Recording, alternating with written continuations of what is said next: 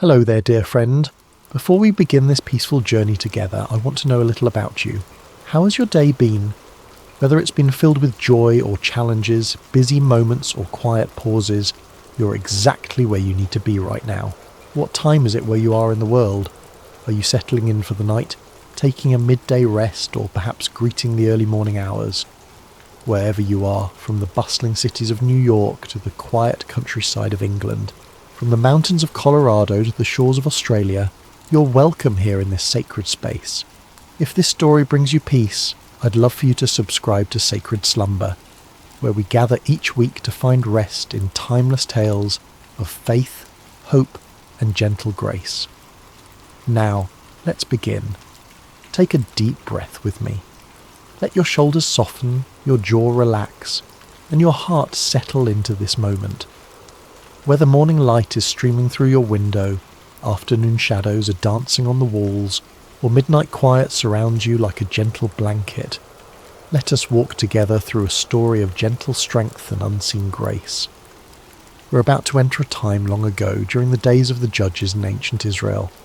It was a time of chaos and uncertainty, when everyone did what was right in their own eyes. But this is not a story of chaos. This is a story of peace, of quiet faithfulness, of love that chooses to remain when it would be easier to leave. This is the story of Ruth, a young woman whose loyalty would echo through generations and whose humble heart would become part of the greatest story ever told. So close your eyes if you wish, breathe slowly, and let us journey together to the ancient land of Moab, where our story begins beside still waters of the soul. In the rolling hills of Moab, where the morning mist clung to the barley fields like a gentle prayer, lived a young woman named Ruth. She had married into a Hebrew family who had come to Moab during a time of famine in their homeland of Bethlehem. Her husband's name was Mahlon, and his mother was Naomi, a woman whose very name meant pleasant, and whose heart had once been full of joy. But sorrow has a way of finding us, even in the most peaceful places. First, Naomi's husband Elimelech died, leaving her alone with her 2 sons in a foreign land. The boys had grown into men and married Moabite women, Ruth and her sister-in-law Orpah. For 10 years they lived together, and Ruth learned to love not just her husband, but his faith, his God, and especially his mother, who had welcomed her with open arms. Then tragedy struck again, swift and merciless. Both Mahlon and his brother Shilean died, leaving 3 widows to face an uncertain world alone. In those days, a woman without a husband or sons had little hope of survival. They were vulnerable, forgotten, with no one to provide for them or protect them. Naomi sat in her small house, looking at the 2 young women who had become like daughters to her. The silence was heavy with grief, but also with decision. She had heard news from Bethlehem that the famine there had ended, that the Lord had visited his people and given them bread. Her heart longed for home, for the familiar hills of Judah, for the place where she had known happiness before sorrow came calling. "My daughters," she said softly, her voice worn thin by weeping, "I must return to my people. But you are young.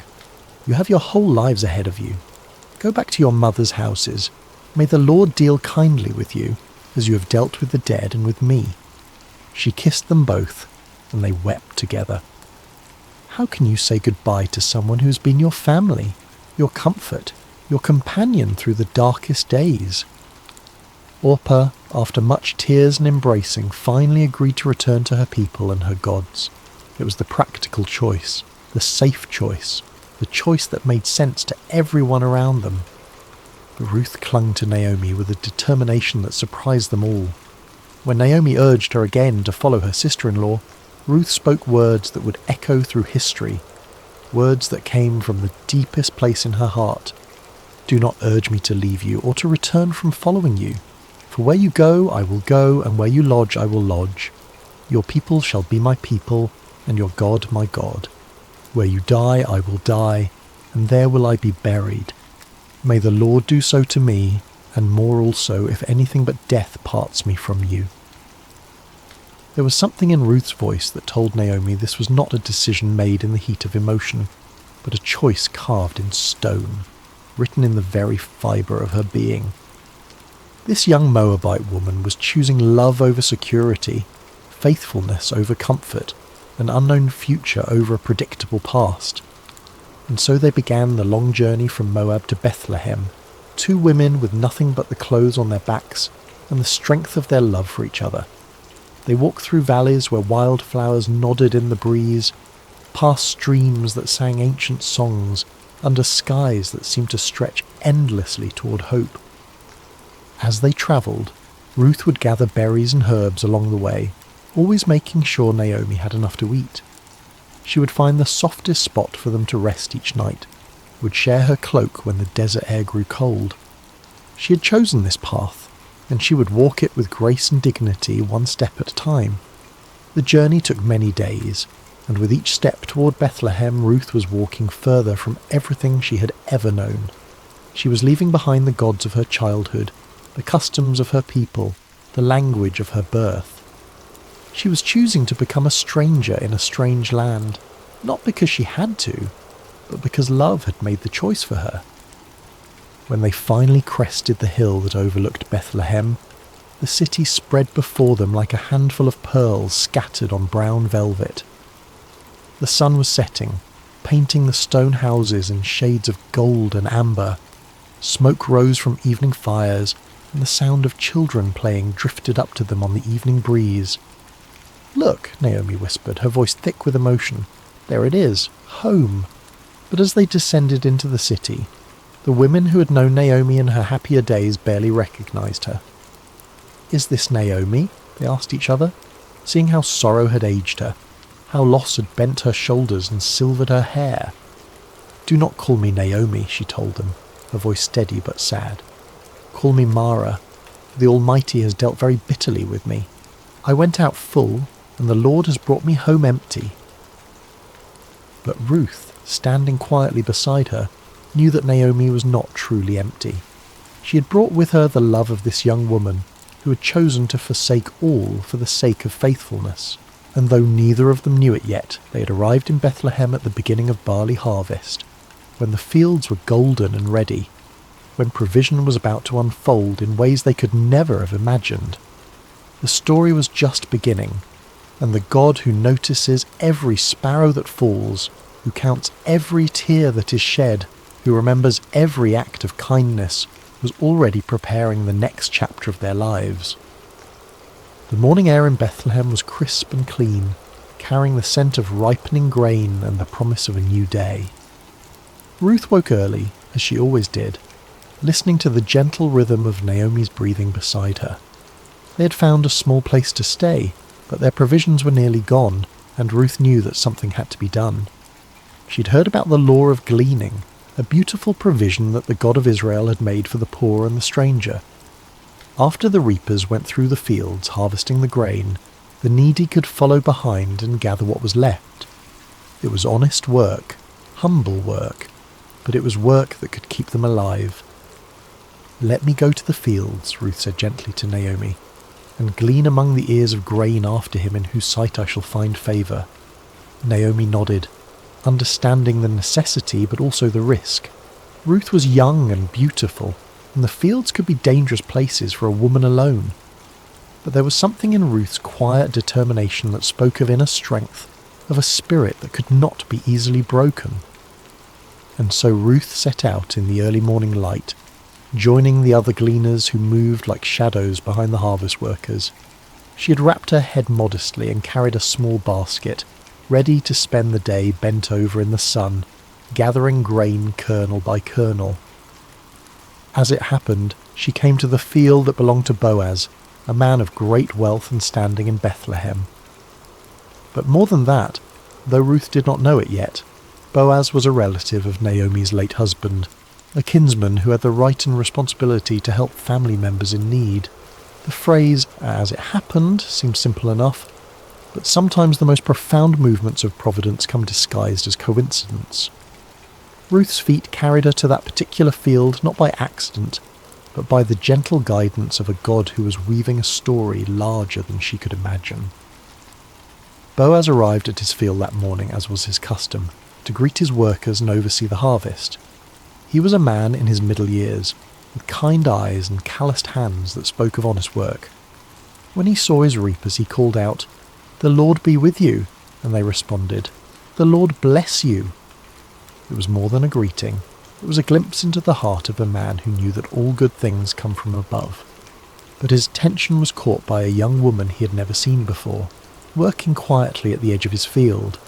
She moved with grace and dignity, even in the humbling work of gleaning.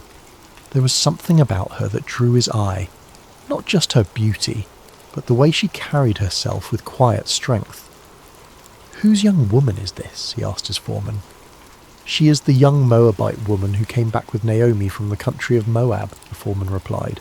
"She asked permission to glean and gather among the sheaves after the reapers, and she has been working steadily from early morning until now with only a brief rest." Boaz watched her for a moment longer, seeing how she worked without complaining, how she was careful not to take more than was rightfully hers, how she paused to help an elderly gleaner who had dropped her grain. His heart was moved by her diligence and her kindness. He approached her quietly, not wanting to startle her. "Listen, my daughter," he said gently. "Do not go to glean in another field, and do not leave this one. Stay close to my young women. Keep your eyes on the field that they are reaping, and go after them. I have charged the young men not to touch you, and when you are thirsty, go to the vessels and drink what the young men have drawn." Ruth was so surprised by his kindness that she fell on her face and bowed to the ground. "Why have I found favour in your sight," she asked, "that you should take notice of me, since I am a foreigner?" But Boaz had already heard the story of her loyalty to Naomi, how she had left her own people to care for her mother-in-law. "All that you have done for your mother-in-law since the death of your husband has been fully told to me," he said, his voice warm with admiration. "How you left your father and mother and your native land and came to a people that you did not know before. The Lord repay you for what you have done, and a full reward be given you by the Lord, the God of Israel, under whose wings you have come to take refuge." Ruth's eyes filled with tears at his words. She had not expected such kindness from a stranger, such recognition of her small acts of faithfulness. "You have comforted me and spoken kindly to your servant," she said softly, "though I am not one of your servants." As the day wore on, Boaz continued to watch over her. At mealtime, he invited her to eat with his workers, to dip her bread in the wine and share in the meal. He even made sure she had roasted grain to take home to Naomi. When she returned to her gleaning, he quietly instructed his workers to leave extra grain for her to find, to make her work easier and more fruitful. The sun was beginning to set when Ruth finally made her way home, her basket heavy with grain. She had gathered an ephah of barley, enough to feed herself and Naomi for many days. But more than that, she carried with her the memory of unexpected kindness, of a man who had seen beyond her status as a foreigner and a widow to recognize the faithfulness of her heart. When she showed Naomi all that she had gathered and told her about the kindness of Boaz, Naomi's eyes brightened for the first time in months. "Blessed be he by the Lord," she said, "whose kindness has not forsaken the living or the dead. The man is a close relative of ours, one of our redeemers." Ruth continued to glean in the fields of Boaz throughout the barley harvest and the wheat harvest, always welcomed, always protected, always provided for. She would come home each evening with grain and with stories of the kindness she had experienced. And slowly, so slowly that neither of them noticed it happening, hope began to take root in their hearts once again. Little did they know that this was only the beginning of a story that would change not just their lives, but the course of history itself. For the God who sees every act of kindness, who remembers every sacrifice made in love, was already preparing the next chapter of their beautiful story. The harvest season was drawing to a close, and the grain had been gathered from the fields and brought to the threshing floor. It was a time of celebration and completion, when the hard work of the harvest gave way to the satisfaction of provision secured. The air was filled with the sound of winnowing, as the grain was separated from the chaff in the evening breeze. Naomi had been watching the growing affection between Ruth and Boaz with the wisdom of a woman who had lived long enough to recognize the hand of God in everyday circumstances. She had seen how Boaz's eyes followed Ruth, how he spoke to her with special gentleness, how he made sure she was always provided for and protected. And she had seen how Ruth, despite her natural reserve, had begun to smile more often, how she spoke Boaz's name with a special warmth. One evening, as they sat together in their small dwelling, Naomi took Ruth's hands in hers. "My daughter," she said softly, "should I not seek rest for you, that it may be well with you? Is not Boaz our kinsman, with whose young women you were? See, he is winnowing barley tonight at the threshing floor." Ruth listened carefully as Naomi explained the custom of the kinsman redeemer, how a close relative had the right and responsibility to marry a widow to preserve the family line and inheritance. It was not just about marriage, but about redemption, about restoring what had been lost, about ensuring that the names of the dead were not forgotten. "Wash therefore and anoint yourself," Naomi continued, "and put on your cloak and go down to the threshing floor. But do not make yourself known to the man until he has finished eating and drinking. But when he lies down, observe the place where he lies. Then go and uncover his feet and lie down, and he will tell you what to do." It was a bold plan, one that required great courage and faith. Ruth would be placing herself in a vulnerable position, trusting in the character of a man she had come to respect and admire. But she had learned to trust Naomi's wisdom, and more than that, she had learned to trust the God who had been guiding her steps from the very beginning. "All that you say I will do," Ruth replied simply. As the sun set and the first stars appeared in the clear night sky, Ruth prepared herself carefully. She bathed and anointed herself with fragrant oil, then put on her best garment. But this was not about seduction or manipulation. This was about approaching a good man with dignity and respect, trusting in his honour and in the customs that governed their society. The threshing floor was a place of hard work and celebration, where the grain was separated from the chaff and the harvest was completed. By the time Ruth arrived, the work was done, and the men had eaten and drunk and told stories under the stars. The atmosphere was one of contentment and satisfaction, of work well done and provision secured. Ruth waited in the shadows, watching as Boaz finished his meal and settled down to sleep beside the heap of grain. It was his responsibility to guard the grain through the night, to ensure that nothing was stolen or damaged. The night was warm and peaceful, filled with the sounds of crickets and the gentle rustle of the evening breeze. When all was quiet and Boaz was sleeping peacefully, Ruth approached with silent steps. Her heart was beating fast, but her movements were sure and deliberate. She gently uncovered his feet and lay down, then waited in the darkness for him to wake. It was midnight when Boaz stirred, suddenly aware of someone at his feet. He was startled but not afraid, turning carefully to see who was there. In the dim starlight he could make out the form of a woman, and he recognized her immediately. "Who are you?" he asked softly. "I am Ruth, your servant," she replied, her voice steady despite her racing heart. "Spread your wing over your servant, for you are a redeemer." It was a beautiful way of asking for his protection and provision, using the imagery of a bird sheltering her young under her wing. She was asking him to fulfill the role of kinsman redeemer, to marry her and restore the inheritance of her late husband. Boaz was deeply moved by her words, by the trust she had placed in him, by the way she had approached him with such dignity and grace. "May you be blessed by the Lord, my daughter," he said warmly. "You have made this last kindness greater than the first in that you have not gone after young men, whether poor or rich." He was older than Ruth, a man of substance and position, and he was amazed that she would choose him over the many young men who would have been eager to marry such a beautiful and virtuous woman. Her choice spoke of wisdom and character, of a heart that valued kindness and faithfulness over youth and passion. "And now, my daughter, do not fear," he continued. "I will do for you all that you ask, for all my fellow townsmen know that you are a worthy woman. And now it is true that I am a redeemer, yet there is a redeemer nearer than I."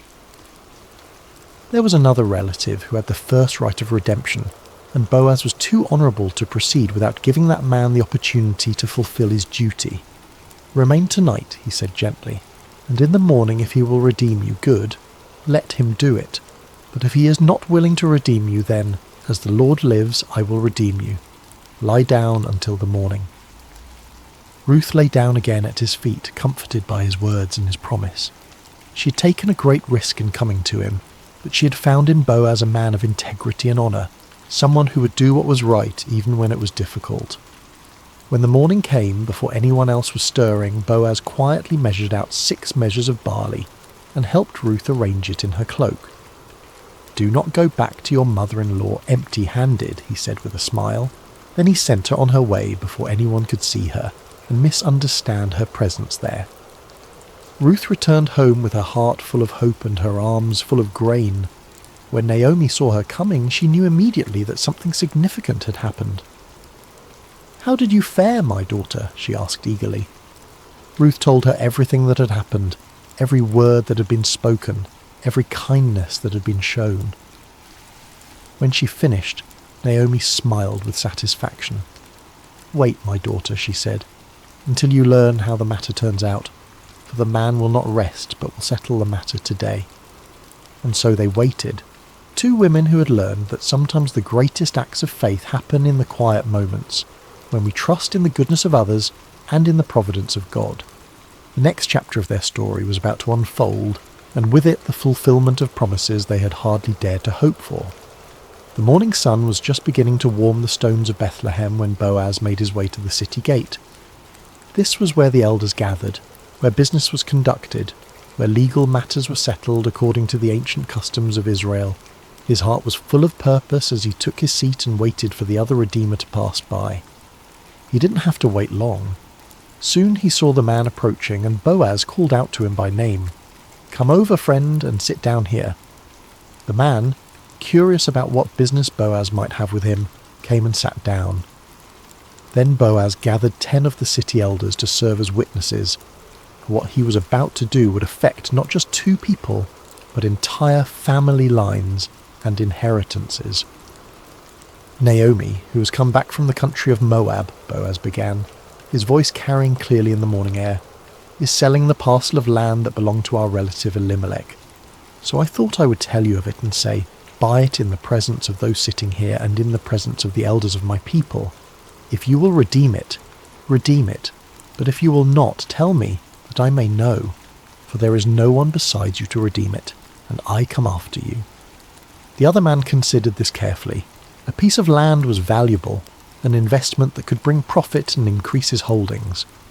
"I will redeem it," he said confidently. But Boaz was not finished. "The day you buy the field from the hand of Naomi, you also acquire Ruth the Moabite, the widow of the dead, in order to perpetuate the name of the dead in his inheritance." Suddenly the proposition became more complicated. To marry Ruth would mean that any children born to them would be considered the heirs of her first husband, not his own. The land would eventually pass to them, not to his existing family line. What had seemed like a good business deal now became a sacrifice that would cost him more than he was willing to pay. "I cannot redeem it for myself," he said, backing away from the commitment, "lest I impair my own inheritance. You take my right of redemption, for I cannot redeem it." It was exactly what Boaz had hoped to hear. According to the custom of the time, the man removed his sandal and gave it to Boaz as a sign that he was transferring his right of redemption.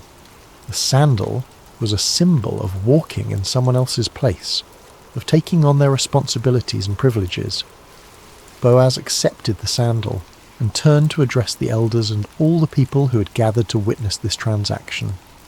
"You are witnesses this day that I have bought from the hand of Naomi all that belonged to Elimelech and all that belonged to Chilion and to Mahlon. Also Ruth the Moabite, the widow of Mahlon, I have acquired to be my wife, to perpetuate the name of the dead in his inheritance, that the name of the dead may not be cut off from among his brothers and from the gate of his native place. You are witnesses this day." The crowd erupted in celebration and blessing. "We are witnesses," they called out joyfully. "May the Lord make the woman who is coming into your house like Rachel and Leah, who together built up the house of Israel. May you act worthily in Ephrathah and be renowned in Bethlehem, and may your house be like the house of Perez, whom Tamar bore to Judah, because of the offspring that the Lord will give you by this young woman. It was a beautiful blessing, invoking the names of the great matriarchs of Israel and expressing the hope that Ruth would become equally honoured in the history of God's people, and how prophetic those words would prove to be. Meanwhile, Ruth and Naomi had been waiting at home, their hearts full of anticipation and hope. When the messenger came running to tell them what had happened at the gate, they could hardly believe their ears. The legal proceedings had gone exactly as they had hoped. Boaz had redeemed not just the land, but Ruth herself, and they were to be married. The wedding was a joyous occasion, celebrated by the entire community. Ruth, the young Moabite woman who had arrived in Bethlehem as a poor widow, was now the honoured wife of one of the most respected men in the city. But more than that, she had found in Boaz a man who valued her faithfulness, who cherished her loyalty, who would love and protect her for the rest of their days. As the seasons passed, Ruth and Boaz settled into a life of contentment and purpose. Boaz was a generous provider, and Ruth was a wise and gentle wife. Naomi, no longer bitter but filled with joy, lived with them and was cared for in her old age. The house that had once echoed with sorrow now rang with laughter and love. And then came the greatest blessing of all. Ruth conceived and bore a son, a healthy, beautiful child who would be raised in the love and fear of the Lord. The women of the neighbourhood came to congratulate Naomi, saying, "Blessed be the Lord who has not left you this day without a redeemer, and may his name be renowned in Israel. He shall be to you a restorer of life and a nourisher of your old age. For your daughter-in-law who loves you, who is better to you than 7 sons, has given birth to him." They named the child Obed, which means servant or worshipper, and Naomi took him on her lap and became his nurse. The child brought healing to her broken heart, restoration to her empty life, and joy to her golden years. But the story doesn't end there. Little Obed grew up to become the father of Jesse, who became the father of David, the great king of Israel, and through David's line would come the Messiah, the Saviour of the world. Ruth, the foreign woman who had chosen loyalty over security, faith over fear, had become part of the most important family tree in all of human history. In the genealogy of Jesus Christ, recorded in the Gospel of Matthew, we find these words: Boaz the father of Obed by Ruth, and Obed the father of Jesse, and Jesse the father of David the king. A Moabite woman's name is written forever in the lineage of the Son of God, a testament to the truth that God's grace knows no boundaries, that his love extends to all who seek refuge under his wings. Ruth's story teaches us that faithfulness in small things leads to blessing in great things, that loyalty and love are never wasted, that God can take our deepest sorrows and weave them into his greatest joys. She reminds us that sometimes the most profound acts of faith happen not in grand gestures, but in quiet decisions to remain faithful, to keep loving, to keep trusting, even when we cannot see the end of the story.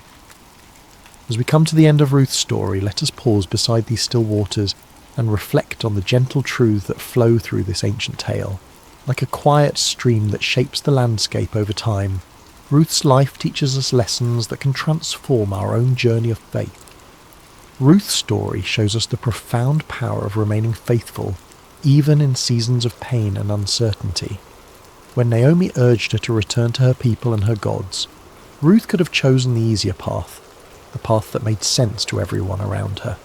Instead, she chose love. She chose to remain loyal to a woman who had shown her kindness, to a faith that had captured her heart, to a God she was still learning to trust. Her famous words, "Where you go, I will go, and where you lodge, I will lodge. Your people shall be my people, and your God my God," were not spoken in a moment of emotional impulse, but from a deep well of commitment that had been growing in her heart over years of walking with Naomi. In our own lives, we face moments when loyalty is tested, when it would be easier to walk away from relationships, commitments, or callings that have become difficult. Ruth's example reminds us that some of the most beautiful chapters of our lives are written in the ink of faithful love, even when that love costs us something precious. Have you ever chosen love when it would have been easier to walk away? Perhaps you stayed with a friend through a difficult season, remained committed to a calling when it became challenging, or continued to love someone even when they couldn't love you back in the same way. These quiet acts of loyalty are never wasted. They shape us into people of depth and character, and they often open doors to blessings we never could have imagined. One of the most beautiful aspects of Ruth's story is how rarely God's name is mentioned, yet his presence is evident in every chapter. The phrase, "as it happened," appears when Ruth comes to Boaz's field, but we understand that this was no accident. It was divine providence working through ordinary circumstances to bring about extraordinary results. God's guidance in Ruth's life came not through burning bushes or angelic visitations, but through the kindness of a stranger, the wisdom of a mother-in-law, and the legal proceedings at a city gate. He worked through the natural rhythms of harvest and gleaning, through cultural customs and family relationships, through the everyday decisions of people who were simply trying to do what was right. This reminds us that God's hand is often most visible in hindsight, in the moments when we look back and see how perfectly things came together, how doors opened at just the right time, how people entered our lives precisely when we needed them most. The God who numbers our days and knows our needs is constantly at work in the ordinary moments of our lives, weaving together circumstances and relationships for our good and his glory. Can you see moments in your own life where something just happened at the perfect time? Perhaps you met a lifelong friend in an unexpected place, discovered an opportunity through a chance conversation, or found help arriving just when you needed it most. These are not coincidences, but glimpses of a loving God who is intimately involved in the details of our lives. Ruth's story is ultimately about transformation, about how God can take our deepest losses and weave them into his greatest purposes. She began as a young widow in a foreign land, with no prospects and no security. She was an outsider, a foreigner, someone who by all human standards had little to offer the grand story of God's people. Yet her simple acts of faithfulness, her quiet loyalty, her willingness to work humbly in the fields, positioned her to become part of the royal lineage of David and ultimately of Jesus Christ. Her name is recorded forever in the genealogy of the Messiah, a testament to the truth that no one is too small, too foreign, or too broken to be used by God for his purposes. Ruth's transformation from widow to wife, from foreigner to family member, from poverty to provision, reminds us that our current circumstances do not define our future possibilities. The God who saw potential in a Moabite gleaner sees potential in each of us, regardless of our background, our mistakes, or our limitations. No matter where you come from, no matter what losses you have experienced, no matter how ordinary your life may seem, your story can become part of something bigger. Your faithfulness in small things, your acts of love and loyalty, your willingness to trust God even when you cannot see the whole picture. These are the threads that God uses to weave his magnificent tapestry of grace.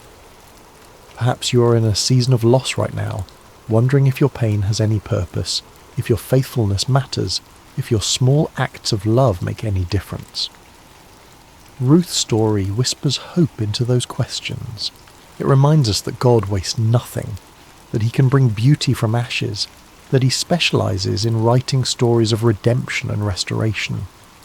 The title of Ruth's story, Beside Still Waters, comes from the 23rd Psalm, where David writes about the Good Shepherd, who leads his sheep beside still waters and restores their souls. Ruth's life exemplifies this truth. In the midst of chaos and uncertainty, she found peace in her commitment to love and faithfulness. In the midst of loss and grief, she discovered that God's provision was always enough for each day. Her story teaches us that peace is not the absence of problems, but the presence of God in our problems. It's not found in perfect circumstances, but in perfect trust. Ruth faced real challenges, real losses, real fears, but she faced them with a spirit of quiet faith and humble obedience. The still waters of God's peace are available to us in every season of life. They flow not from our circumstances, but from our relationship with the one who is the source of all peace. When we, like Ruth, choose to trust in God's goodness, even when we cannot see his plan, when we choose to remain faithful even when the path is unclear, we find ourselves beside still waters where our souls can be restored. As you drift toward rest tonight, may you carry with you the gentle strength of Ruth's example.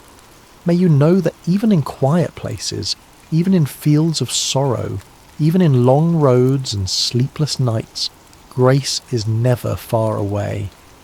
The God who saw Ruth's faithfulness, who provided for her needs, who wove her story into his greater plan, is the same God who sees you tonight. Your acts of loyalty may seem small, but they matter. Your faithfulness in ordinary moments is building something beautiful. Your willingness to trust when you cannot see the whole picture is positioning you for blessings you cannot yet imagine. Rest now in the peace that comes from knowing you are held by a love that will never let you go, guided by a wisdom that sees the end from the beginning, and called into a story that is bigger and more beautiful than you can possibly imagine. May you sleep beside still waters, where your soul can be restored, your strength can be renewed, and your hope can be refreshed for whatever tomorrow may bring. The God who led Ruth from loss to legacy, from sorrow to joy, from emptiness to fullness is leading you too, and his plans for you are good. Sweet dreams, dear friend. May you wake tomorrow with the quiet confidence that comes from knowing you are deeply loved, perfectly guided, and part of a story that extends far beyond what you can see. Like Ruth, who could never have imagined that her simple decision to stay loyal to Naomi would lead to her becoming the great-grandmother of King David, you too are part of a tapestry being woven by hands far wiser than your own. Your faithfulness today, your love tomorrow, your trust in the unseen God who walks beside you, these are the threads that he is using to create something beautiful, something lasting, something that will echo through generations. Rest now in the shadow of his wings, knowing that you are safe, you are seen, and you are more precious than you know. The same God who led Ruth beside still waters is leading you too, and his love will never fail. Amen.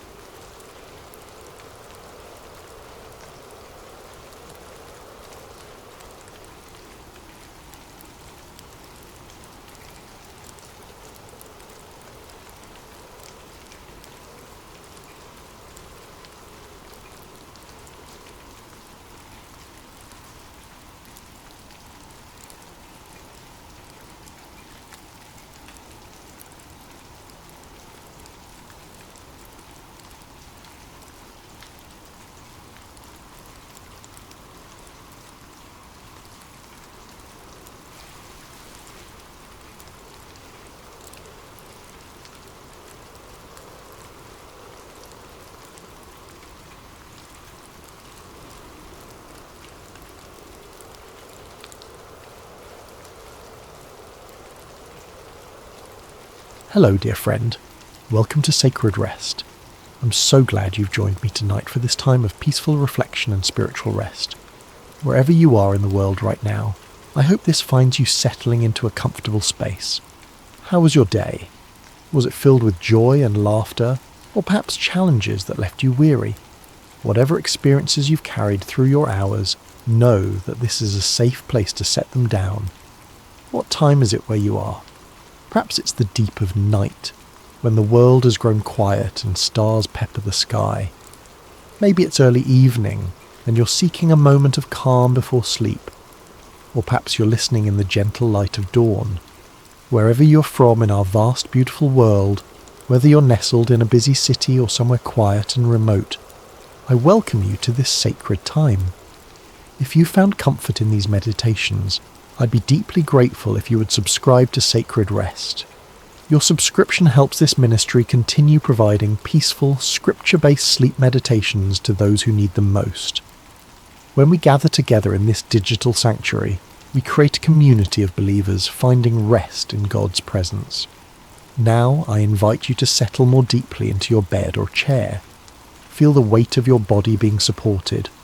Notice where you might be holding tension, perhaps in your shoulders, your jaw, or your hands, and gently release it with each breath.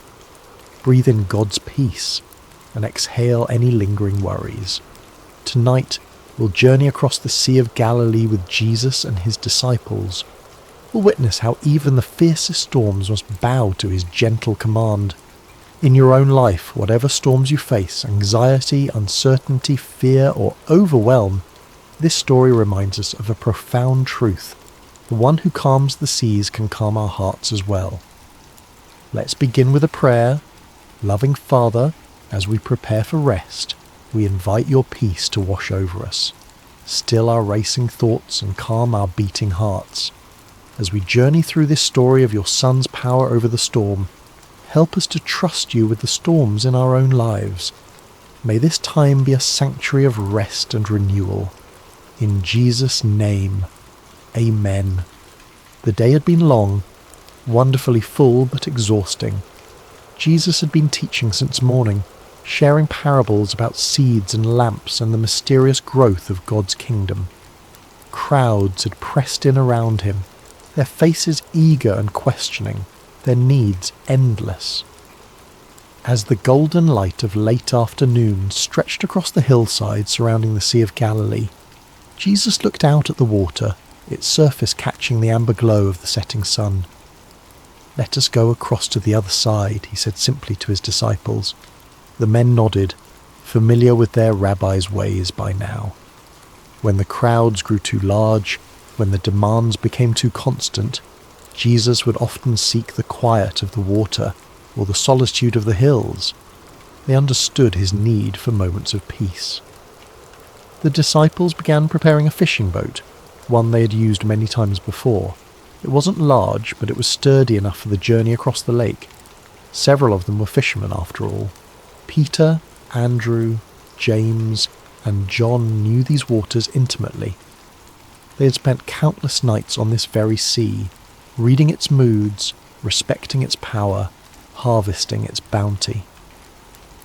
As the last remnants of the crowd dispersed, moving back toward the villages dotting the shoreline, the disciples helped Jesus into the boat. They couldn't help but notice the weariness in his movements, the heaviness in his shoulders. He had given so much of himself that day, healing the sick, answering questions, teaching with stories that somehow made the mysteries of heaven feel tangible and close. There were other boats setting out with them, smaller vessels carrying more followers who weren't ready to end their time with the teacher. The little flotilla pushed away from shore, wooden hulls creaking gently as they slipped into deeper water. Oars dipped rhythmically, creating small whirlpools that glinted copper in the fading light. In the stern of the boat, Jesus found a cushion, a simple thing made of cloth and stuffed with wool. Without ceremony, he laid his head upon it.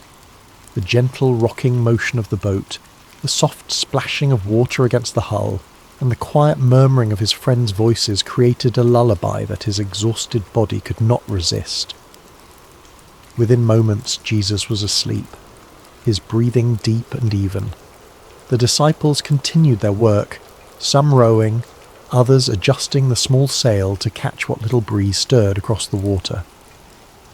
They talked quietly among themselves, occasionally glancing back at their sleeping teacher with affection and protectiveness. "He pushed himself too hard again today," Peter whispered to John. "Did you see how many people he healed?" Matthew added. and yet he had time to explain his parables to us afterward. I'm still thinking about the mustard seed, Thomas said thoughtfully. How something so small can become something so significant. As they conversed, the brilliance of sunset gave way to the soft indigo of early evening. Stars began to appear, first one, then dozens, then hundreds, until the heavens above them shimmered with light. The moon, nearly full, cast a silver pathway across the water. Under different circumstances it would have been a perfect night for sailing. But the Sea of Galilee, nestled as it was in a basin surrounded by hills and mountains, was known for its sudden, violent storms. Cool air from the Mediterranean could rush down the mountain passes and collide with the warm air over the lake, creating tempests that arose with frightening speed. And on this night, as Jesus slept, the first signs of change began to appear. It started subtly, a freshening of the breeze that made the sail suddenly grow taut. The disciples, who were fishermen, exchanged knowing glances. They had felt this shift before. Perhaps we should wake him, Andrew suggested, looking back at Jesus. No, Peter replied. Let him rest. We can handle a bit of wind. But the breeze continued to strengthen, becoming a wind, and then a gale. The surface of the water, which had been as smooth as polished glass, began to roughen. Small wavelets appeared, growing quickly into swells. The boat, which had been gliding peacefully, now began to pitch and roll. The other boats that had been following them were already turning back toward the shore they had left, their occupants clearly visible in the moonlight, faces turned upward at the darkening sky. But Jesus' boat was now nearly in the middle of the lake, equally distant from both shores. Turning back would be as dangerous as continuing forward. Within minutes the wind was howling through the rigging. The sail had to be quickly furled before it could tear or, worse, overturn the vessel. The disciples moved with the practiced efficiency of men who had faced such conditions before, but even they could not hide their growing concern. The sky, which had been clear and star-filled just moments before, was now obscured by fast-moving clouds that seemed to boil out of nowhere. The moon disappeared behind them, plunging the lake into shadowy darkness, broken only by the white foam of wave caps. Now the boat was being tossed violently. Waves crashed over the bow, sending frigid water cascading into the hull. Several of the men scrambled to bail with whatever containers they could find, while others struggled with the oars, trying to keep the vessel from being broadside to the swells. "This is getting dangerous," James shouted over the roar of the wind.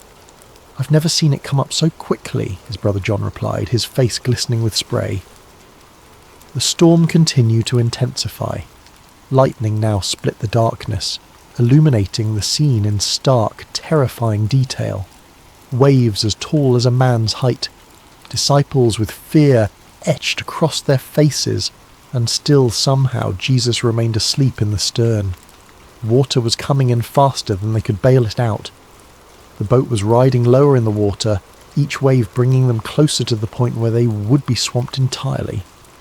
Even Peter, who had weathered countless storms on this lake, felt a cold fear gripping his heart. They were in real danger now.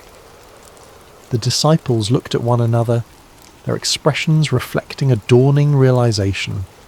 For all their experience, for all their skill, this storm might be beyond their ability to survive. Death felt suddenly uncomfortably close, a cold presence riding the winds that screamed around them. "Where is your faith in these moments?" a quiet voice might have asked, had anyone been listening. But the disciples could hear only the howling wind, the crashing waves, and the hammering of their own frightened hearts. And still, Jesus slept. It was Philip who finally broke. "We need to wake him," he shouted, gesturing wildly toward the stern. The others nodded in agreement, though none could have articulated exactly what they expected Jesus to do. He was no sailor. He had spent his life as a carpenter, not a fisherman. And yet, in their moment of greatest fear, they turned to him instinctively. Peter struggled toward the stern, fighting to keep his balance as the boat heaved beneath him. He reached Jesus and knelt beside him, placing a hand on his shoulder. Even in the midst of chaos, Peter couldn't help but marvel. How could anyone sleep through such violence? "Master!" Peter called, having to shout to be heard over the storm. "Master, wake up!" Jesus stirred slightly but did not wake. The boat pitched violently, nearly throwing Peter off his feet. He gripped Jesus' robe more firmly. "Teacher," this time it was John who'd made his way to join Peter, "don't you care if we drown?" Those words, spoken from fear rather than faith, seemed to penetrate Jesus' sleep. His eyes opened, taking in the scene around him with calm clarity. The water sloshing in the bottom of the boat, the sail straining against its ties, his friends' faces contorted with fear. There was no disorientation, no moment of confusion or alarm. Jesus simply sat up, his movements unhurried even as the boat threatened to capsize beneath him. Water streamed from his hair and beard. His robe was soaked through. Yet he showed no sign of the terror that had overcome his disciples. What happened next would be burned into the memory of every man present. A moment they would recount countless times in the years to come, a demonstration of power so profound that it would forever alter their understanding of the one they followed. Jesus stood up, in a boat being violently tossed by waves. When standing was nearly impossible, Jesus rose to his feet with perfect balance, as though the deck beneath him were solid ground. He looked out at the churning waters, at the dark sky split by lightning, at the wind that howled like a living thing. And then he spoke. Just 3 words, uttered not in a shout to be heard over the storm, but in a tone of quiet authority, as one who expected to be obeyed. "Peace, be still." The Greek words, siopa pephimoso, carried a weight beyond their literal meaning. Silence. Be muzzled, as though addressing not unthinking elements, but a creature that could hear and must obey. What happened next defied all natural law, all human experience. The wind ceased. Not gradually, not with diminishing gusts that slowly faded away. It simply stopped, as completely as if a door had been closed against it. One moment it howled with deadly force, the next it was gone, and the waves, which should have continued to roll and crash even after the wind died, also subsided immediately. The surface of the lake, which moments before had been a chaotic, foam-streaked nightmare, became as smooth as polished marble. So complete was the transformation that the stars, once again visible in the cleared sky, reflected perfectly in the water's surface, as though the disciples floated in the midst of infinite space. The silence that followed was profound, almost shocking in its completeness. The only sounds were the gentle lapping of small wavelets against the hull and the ragged breathing of the disciples. For a long moment no one spoke. They stared at Jesus, then at the suddenly calm water, then back at Jesus. Their minds struggled to process what they had just witnessed. This was beyond their categories, beyond their understanding of what was possible. It was Jesus who finally broke the silence, his voice gentle yet penetrating in the stillness. He looked at each of his disciples in turn, his gaze both loving and challenging. "Why are you so afraid?" he asked. "Do you still have no faith?" The questions hung in the air, not accusatory but probing, inviting self-examination. Faith. Such a small word for such a profound concept. They had believed in him enough to follow him, to leave their livelihoods behind. They had seen him heal the sick, cast out demons, challenge the religious authorities. They had committed their lives to his cause. But this kind of faith, faith that remained steady when death seemed certain, faith that trusted even when all evidence suggested they were doomed, this was another level entirely. This was faith that could sleep through a storm. The disciples did not answer Jesus' questions. Instead, they posed their own, speaking in hushed, awestruck tones among themselves. "Who is this?" they whispered. "Even the wind and the waves obey him." It was the question that would echo through their hearts for days, weeks, years to come. Who is this man we have chosen to follow? If the forces of nature bend to his will, what might that mean? The implications were staggering, too vast to fully comprehend in that moment of stunned amazement. The boat continued to drift peacefully on the now placid surface of the lake. Above them, the night sky had cleared entirely, revealing a canopy of stars so brilliant they seemed close enough to touch. The moon cast its silver light once more, creating a path of a shimmering brightness that stretched toward the eastern shore. Jesus did not press them for answers to his questions. He simply sat back down in the stern, his expression serene. Perhaps he understood that the seed had been planted, a seed of deeper understanding that would take time to germinate and grow. The disciples returned to their positions, taking up oars once more to continue the journey to the other side. But they rowed differently now, their movements careful and reverent, as though the very air around them had become sacred space. Occasionally they would glance at Jesus, then at one another, communicating without words their shared astonishment. As they approached the eastern shore, the first light of dawn began to paint the sky with gentle hues of pink and gold. A new day was beginning, and for the disciples, it would be a day coloured by the extraordinary revelation of the night. They had embarked on this journey as followers of a remarkable teacher. They would disembark with the dawning realization that they were in the presence of someone far greater than they had imagined. The boat's hull scraped gently against the shore. One by one, the disciples stepped out, their feet sinking into the wet sand. Jesus was the last to disembark, moving with the same quiet grace that characterized all his actions. As his foot touched the shore, he paused for a moment, gazing back across the now peaceful waters. Perhaps he was thinking of the lesson his friends had just learned, or perhaps of the greater storms, the deeper challenges that still awaited them all.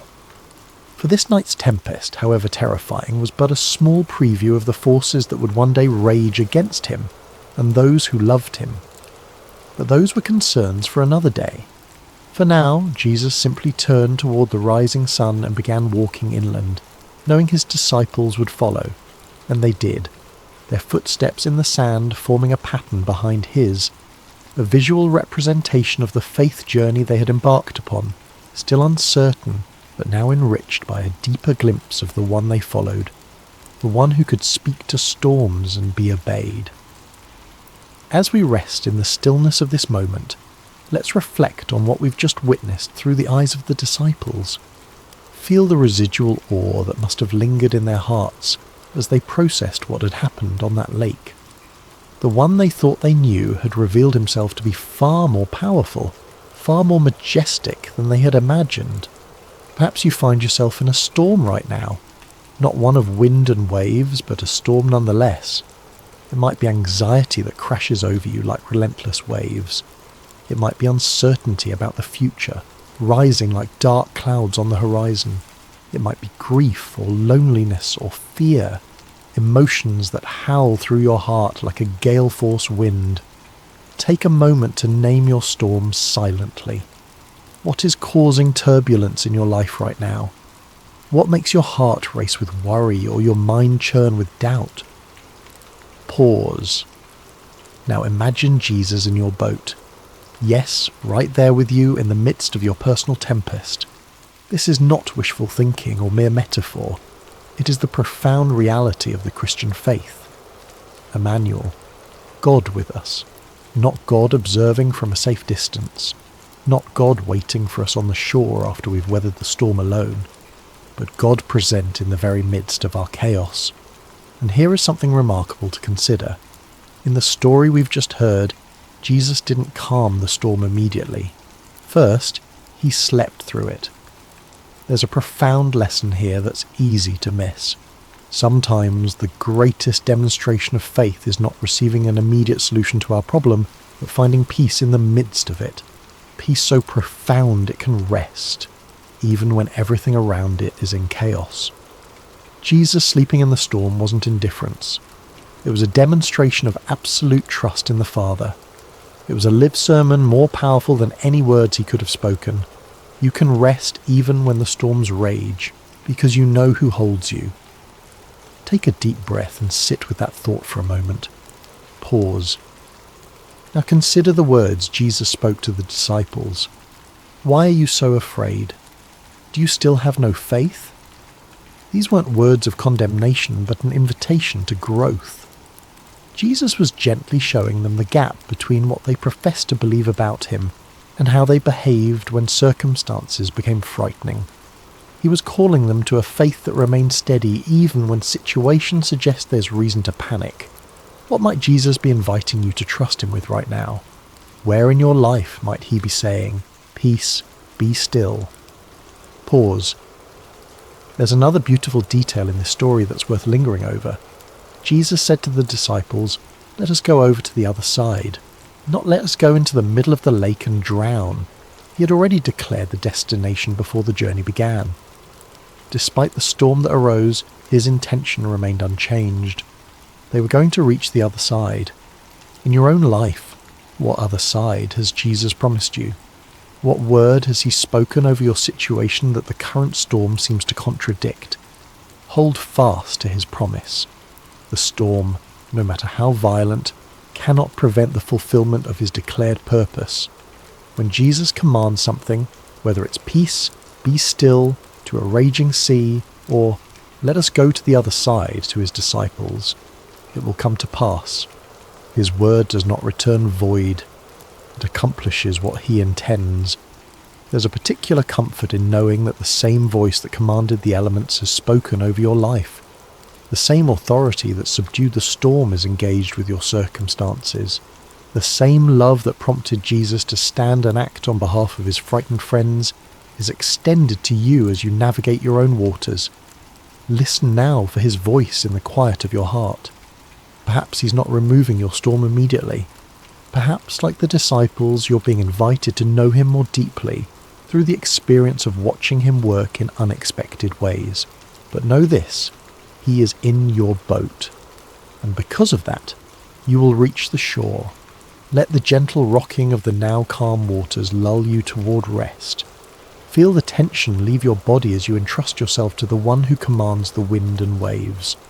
Whatever storms tomorrow may bring, tonight you rest in the presence of the storm calmer, the peace speaker, the Lord of wind and wave. Let these words wash over you like gentle waves. Peace, be still. You are safe in his hands. Let go of your worries. Let him hold them now. Peace, be still. Rest in this truth. If the winds and waves obey him, so can your anxious heart. You don't have to control the storm. You just have to rest with the one who can. As we come to the close of our time together, I want to offer a blessing over you as you prepare for sleep. May you rest tonight in the perfect peace that comes from knowing the master of the storm is watching over you.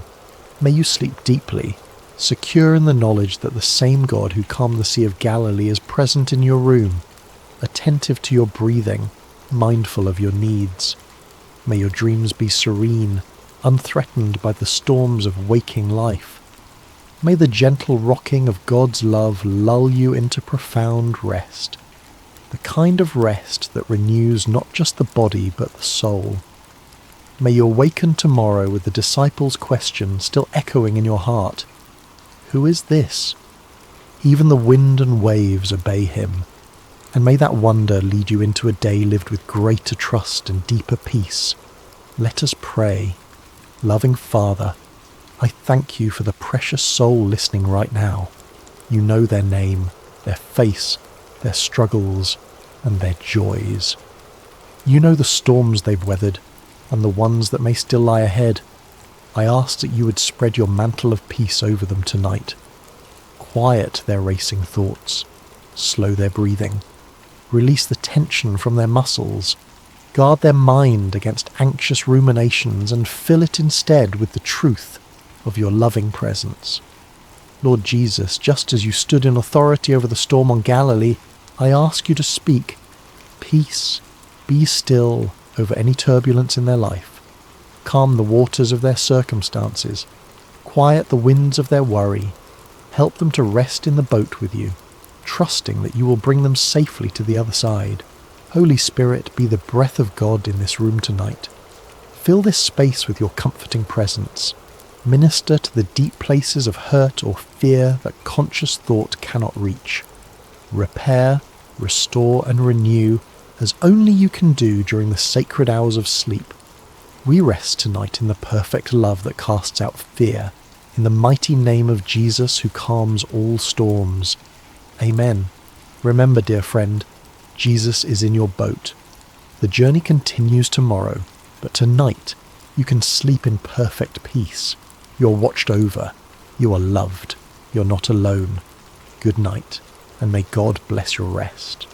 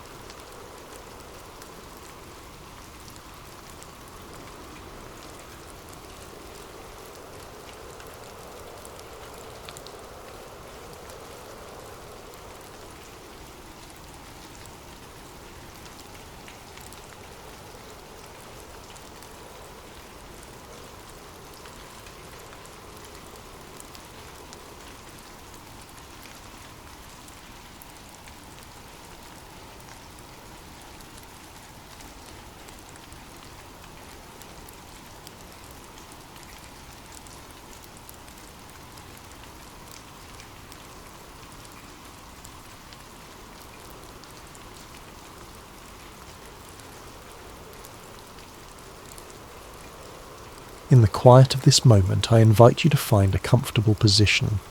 Perhaps you're already settled in bed, your head resting on your pillow, or maybe you're preparing for rest after a long day. Wherever you are, however you've arrived at this moment, know that you are welcomed here with tenderness and care. Close your eyes if you haven't already. Feel the weight of your body surrendering to the support beneath you. Notice how your shoulders can soften, how your hands can rest without grasping, how your face can release any tension it's been holding. There's nothing you need to do right now except breathe and listen. Let's breathe together for a moment. Inhale slowly through your nose, feeling the cool air fill your lungs. Hold it gently for just a moment, and then exhale through your mouth, releasing anything that doesn't serve your peace.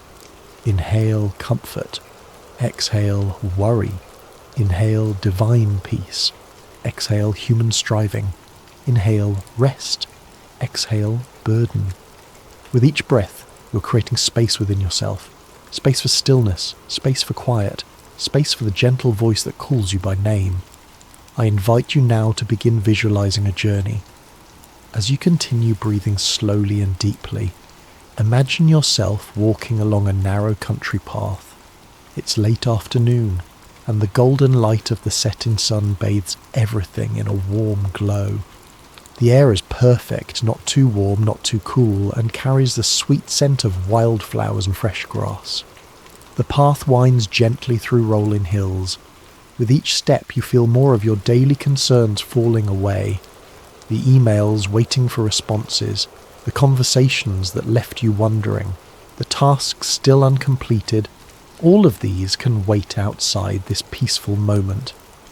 As you walk, you notice the sound of birdsong in the distance, not the busy chattering songs of morning birds, but the gentle settled sounds of evening, soft calls that seem to whisper, "All is well, rest is coming." The path begins to crest a small hill, and as you reach the top you see before you a wide meadow. The grass sways gently in a soft breeze, creating waves of movement like a green sea. Scattered throughout are wildflowers and gentle hues, pale yellows, soft whites, and tender purples. At the far edge of this meadow, you can just make out the stone walls of an ancient sheepfold, a place of gathering, a place of safety, a place of rest. This is where our journey is taking us tonight, to the sheepfold of the Good Shepherd. As you descend the hill toward the meadow, you feel a sense of being both completely free and completely held. The vast open sky above reminds you of boundless possibility, while the path beneath your feet assures you that you're being guided. With each step, your breathing continues to deepen. Your inhales become fuller, your exhales become longer. Your mind begins to quiet like water settling after a storm. The path now leads you into the meadow itself. The grass reaches up past your ankles, brushing against you with feather-like touches. You can feel the earth beneath your feet, solid, supportive, ancient. As you walk, you begin to notice the sounds of sheep in the distance, not loud or disturbing, but the gentle bleating that speaks of contentment and security. They're calling to one another as they make their way toward the sheepfold for the night. And then you hear something else, a voice. Low and warm, it carries across the meadow with remarkable clarity. It's not calling to you, not yet, but to the sheep.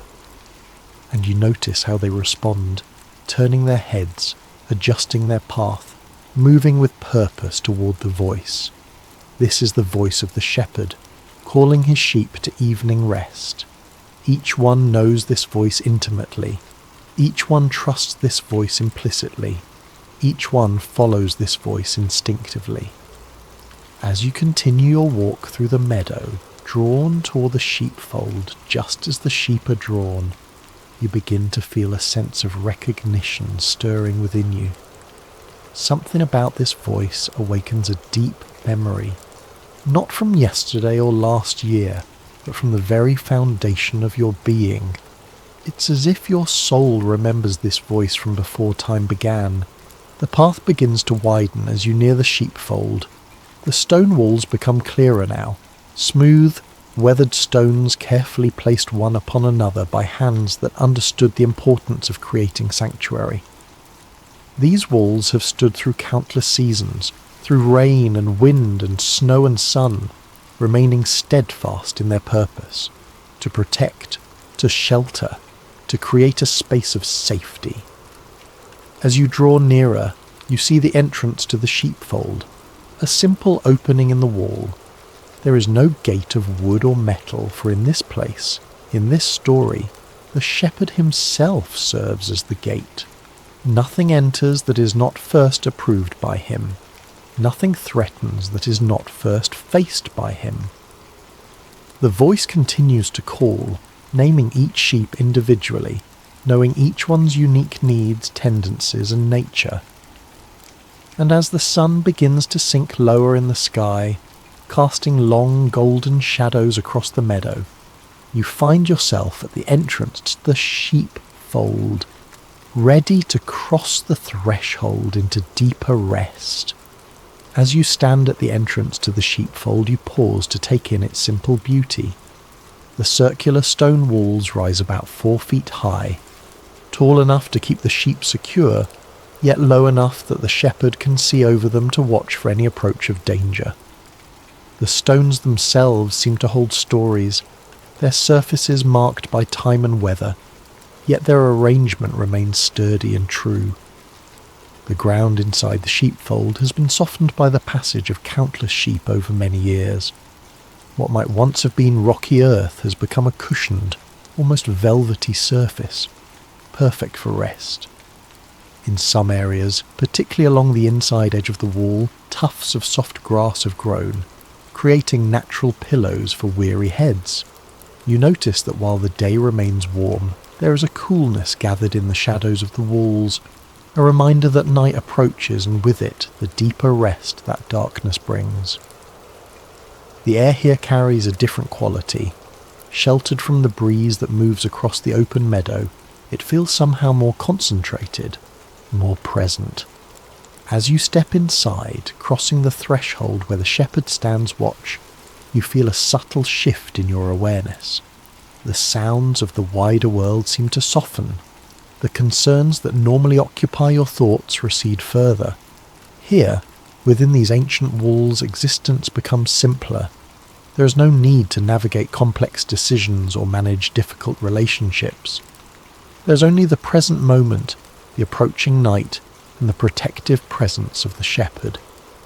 You find a place to sit against the wall where the last rays of sunlight still warm the stones.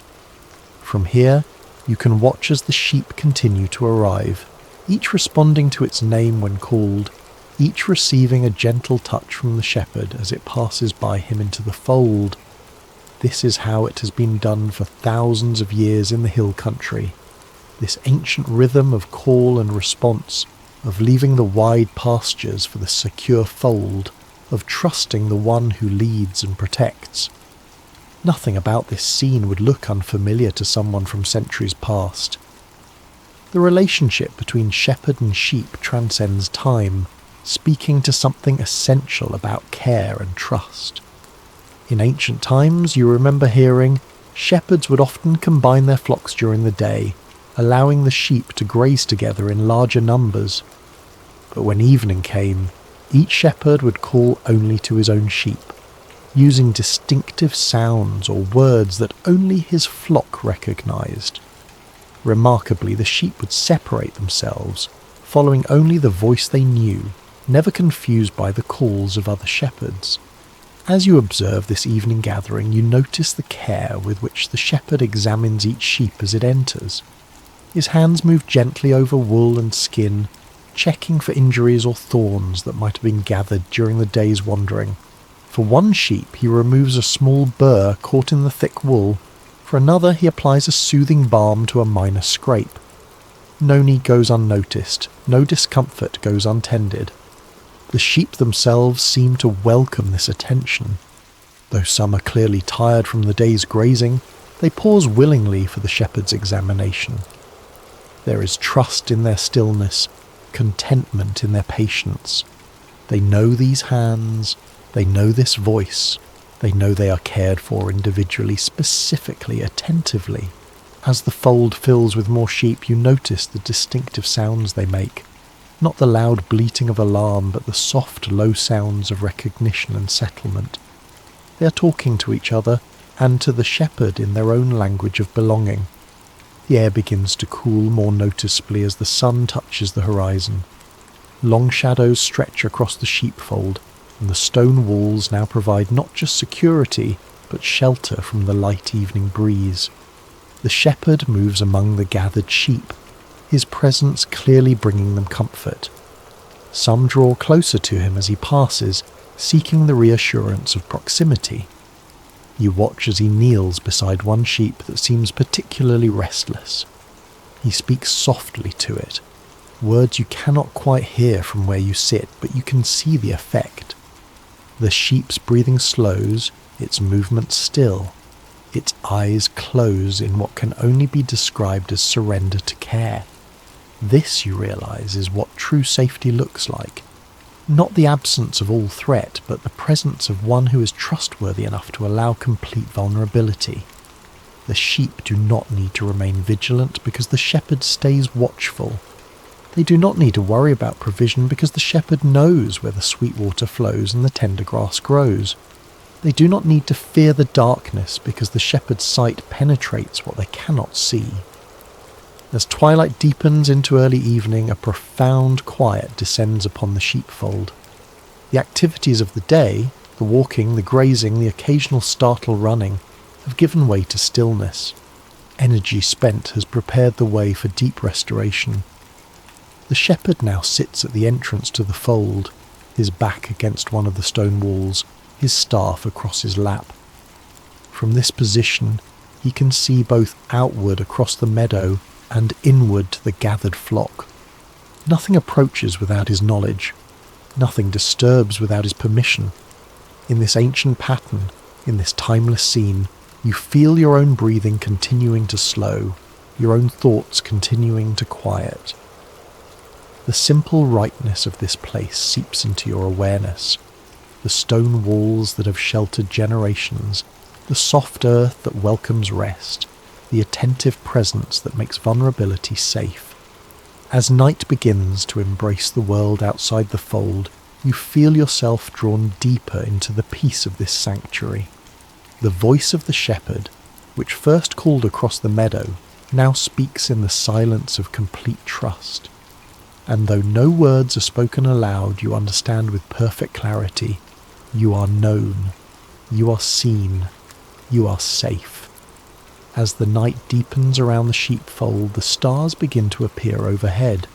First one, then another, then suddenly a multitude, transforming the darkness into a vast canvas of light. The shepherd remains at his post, a silhouette of watchful presence against the night sky. In this moment of perfect stillness, words from ancient scripture rise in your mind, words that have brought comfort to countless souls through the centuries. The 10th chapter of John's Gospel, where Jesus describes himself as the Good Shepherd, speaks with particular resonance in this place of safety and rest. Listen now as the words flow gently into your consciousness. Very truly I tell you, I am the gate for the sheep. All who have come before me are thieves and robbers, but the sheep have not listened to them. I am the gate. Whoever enters through me will be saved. They will come in and go out and find pasture. Pause and consider this image of the gate. In ancient sheepfolds like this one, the shepherd would often position himself in the opening of the wall, literally becoming the gate. Nothing could enter without passing by him first. No predator could threaten, no thief could steal, no sheep could wander away without encountering the shepherd's watchful presence. Imagine now what it means to have such protection. Not a cold barrier of wood or metal, but a living, attentive guardian who knows each one by name. This is not distant security, but intimate care. This is not impersonal safety, but relationship-based protection. The words continue to unfold. I am the Good Shepherd. The Good Shepherd lays down his life for the sheep. The hired hand is not the shepherd, and does not own the sheep. So when he sees the wolf coming, he abandons the sheep and runs away. Then the wolf attacks the flock and scatters it. The man runs away because he is a hired hand and cares nothing for the sheep. Reflect on the difference between hired protection and devoted care. The difference is not in skill or strength, but in relationship and commitment. The Good Shepherd's connection to the sheep is not a transaction but a bond. His protection flows not from duty but from love. As you gaze across the sheepfold, you can see this truth embodied in the shepherd's posture, alert but relaxed, vigilant but peaceful. His attention never wavers, yet it carries no tension. This is the watching that comes from love rather than obligation. The sacred text continues, I am the Good Shepherd. I know my sheep, and my sheep know me, just as the Father knows me, and I know the Father, and I lay down my life for the sheep. Imagine being known, fully known, and still loved without hesitation. Not the surface knowing of casual acquaintance, but the deep knowing that sees every fear, every hope, every quiet corner of your heart. The shepherd knows when you are afraid, when you are lonely, when you are in pain. He knows when you have wandered, when you have stumbled, when you have fallen. And still he calls your name with tenderness. This knowing is not one-directional. The sheep also know their shepherd. They recognize his voice among all others. They trust his guidance without question. They follow his leading with confidence because experience has taught them that he brings them to good places, to fresh water, to green pastures, to safe rest. As these words settle into your spirit, another passage emerges. My sheep listen to my voice. I know them, and they follow me. I give them eternal life, and they shall never perish. No one will snatch them out of my hand. There is a certainty in these words, a promise of security that transcends physical safety. The shepherd's care extends beyond the immediate dangers of wolves and thieves to the deeper threats of meaninglessness and separation. His protection covers not just the body but the soul. His provision satisfies not just physical hunger, but spiritual longing. As you reflect on these words, you notice the sheep in the fold have arranged themselves in a pattern that seems both random and intentional. Some cluster together for warmth, others maintain a small space of separation. Some lie with their heads toward the centre, others face the walls. Each has found the position that brings them comfort, yet all remain within the protective circle of the shepherd's care. Is this not a beautiful picture of community within security?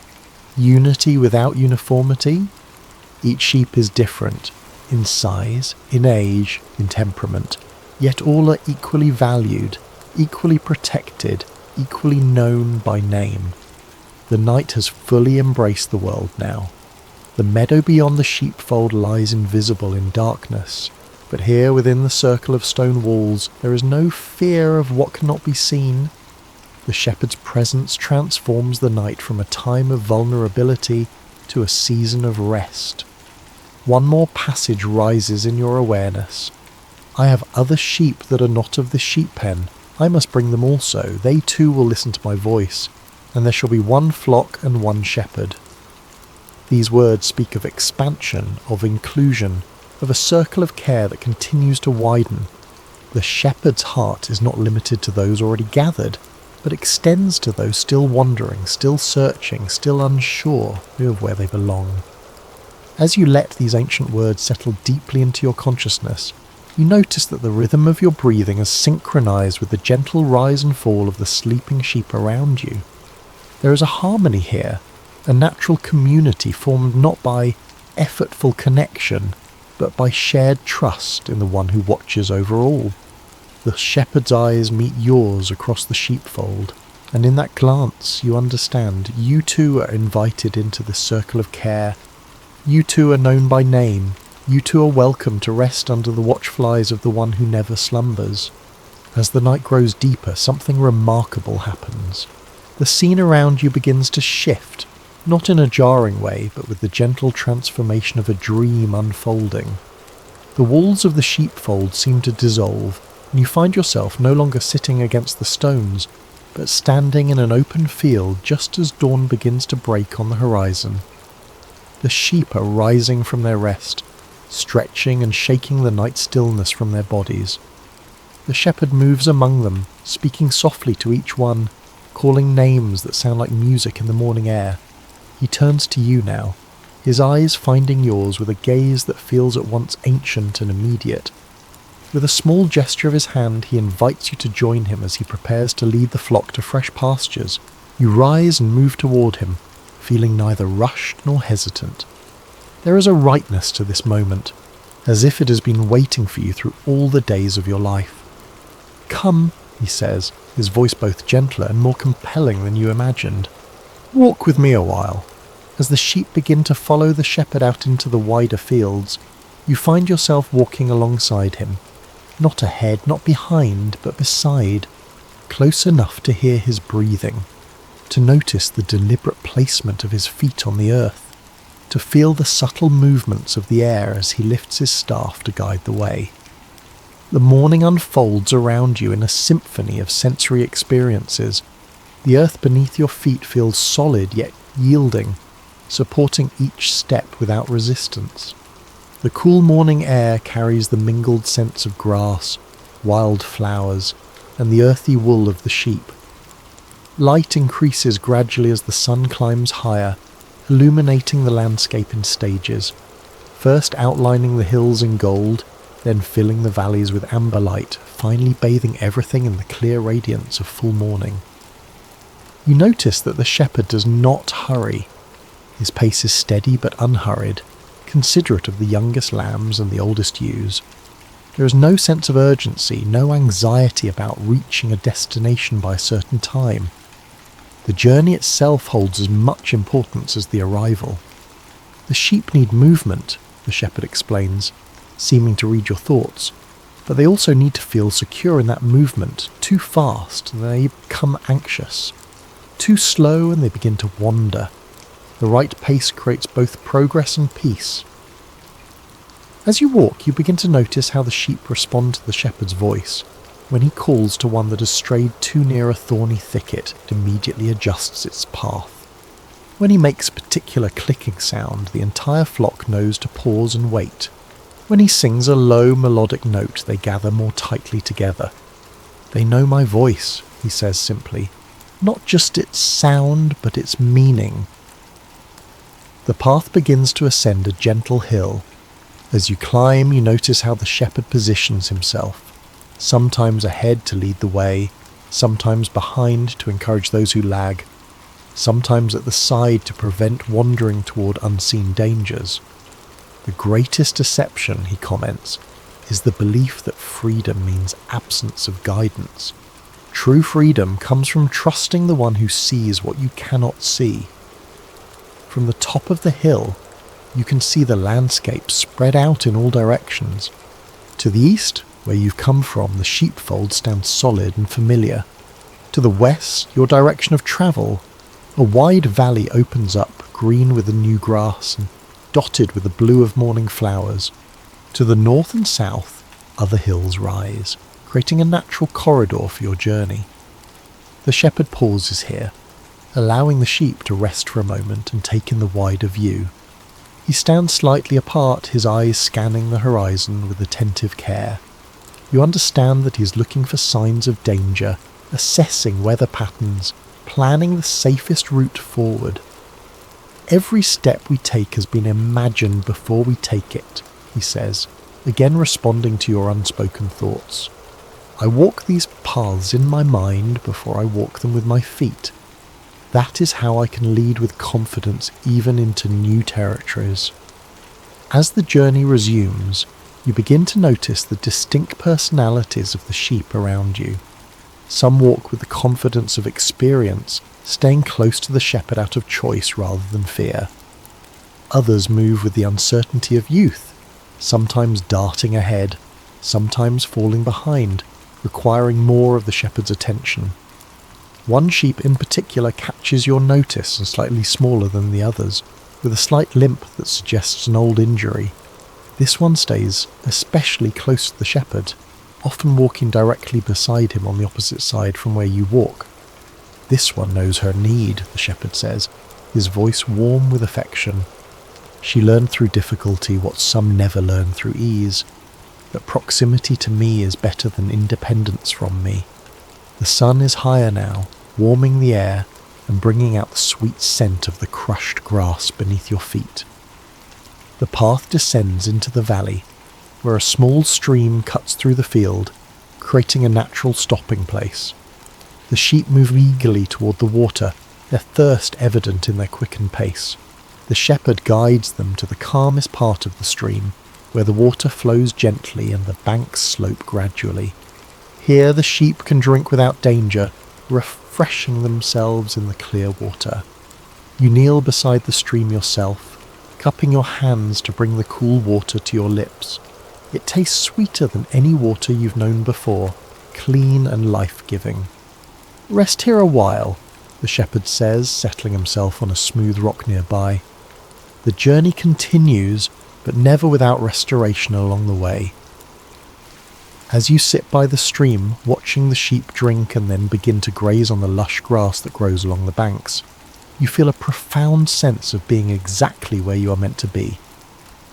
There is no striving in this moment, no anxiety about what comes next, no regret about what came before. There is only the present reality of being on the path with the shepherd, moving at his pace, resting at his direction, continuing under his care. The soft sound of the stream, the gentle movements of the grazing sheep, the watchful presence of the shepherd, all combine to create a sense of security so deep that you feel your entire being relaxing into it. This is what it means to be truly led, truly guided, truly known. As the sun reaches its zenith, bathing the valley in golden light, you close your eyes for a moment, allowing the warmth to wash over you. In this perfect stillness, you hear the shepherd's voice once more, not speaking to the sheep now, but to you. The path continues beyond what you can see, but do not be anxious about what lies ahead. I have walked it already. I know every turn, every hill, every valley, and I will never lead you anywhere that I have not prepared for you. As the afternoon light begins to soften, casting longer shadows across the valley, you open your eyes to find the shepherd standing before you, his hand extended in invitation. "Come," he says simply. "There is something I want to show you before the day ends." You rise and follow him, noticing that the sheep have settled into a gentle rhythm of grazing. They seem content to remain in this lush valley for now, secure in the knowledge that the shepherd remains near. He leads you to a small rise overlooking the stream, where a single tree offers dappled shade. Its branches spread wide, creating a natural canopy that filters the sunlight into patterns of gold and shadow on the ground below. "Sit with me here," he says, settling himself against the trunk of the tree. As you join him in the shade, you realise you can see the entire flock from this vantage point. Every sheep is visible, from the confident leaders to the hesitant followers, from the strong to the vulnerable. The shepherd's gaze moves over them with attentive care, missing nothing. "Do you see how they graze without fear?" he asks. "They do not worry about predators or storms or scarcity. They have learned through experience that I provide what they need. I protect them from what would harm them. I guide them to places of abundance." You watch as the sheep move slowly through the grass, tapping to eat, occasionally looking up to confirm the shepherd's presence, then returning to their grazing with peaceful assurance. "This is the gift I offer," the shepherd continues, "not the absence of all danger, but the presence of constant care. Not the elimination of all difficulty, but the assurance of never facing it alone. Particularly small lamb catches your attention. It must be one of the newest born to the flock. It stays close to its mother, occasionally frolicking in short bursts of energy before returning to her side. Its wool is especially white, almost luminous in the afternoon light. The youngest ones," the shepherd observes, following your gaze, "sometimes need to be carried. When the path grows steep or the day grows long, I lift them into my arms and bear their weight. They learn trust through being held."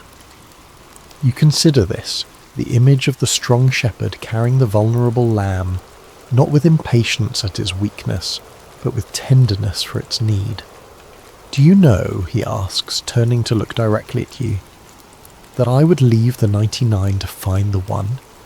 If a single sheep wanders away, becomes lost, falls into danger, I go after it, not because it is more valuable than the others, but because each one is irreplaceable to me. Each one is known by name. Each one matters uniquely." The depth of commitment in his voice moves you deeply. This is not the impersonal care of a distant guardian, but the passionate attention of one who loves specifically, individually, completely. "The good shepherd," he continues, "lays down his life for the sheep, not because the sheep have earned such sacrifice, but because the shepherd's love makes them worth any cost." As he speaks these words, the light shifts, taking on the golden quality of late afternoon. The air grows still, as if the world itself is listening to this truth. "Many voices will call to you," the shepherd says softly. "Some offering easier paths, some promising quicker rewards, some threatening what will happen if you don't follow them. But remember, my sheep know my voice. They recognize it among all others because they have spent time listening, because they have experienced its reliability, because they have found that following it always leads to life." He reaches out and places his hand on your shoulder, the weight of it both grounding and reassuring. "You are not alone in the fields of this world," he says. "Even when you cannot see me, I am watching. Even when you cannot hear me clearly, I am speaking. Even when you wander, I am seeking. This is the promise I make to each one who belongs to me.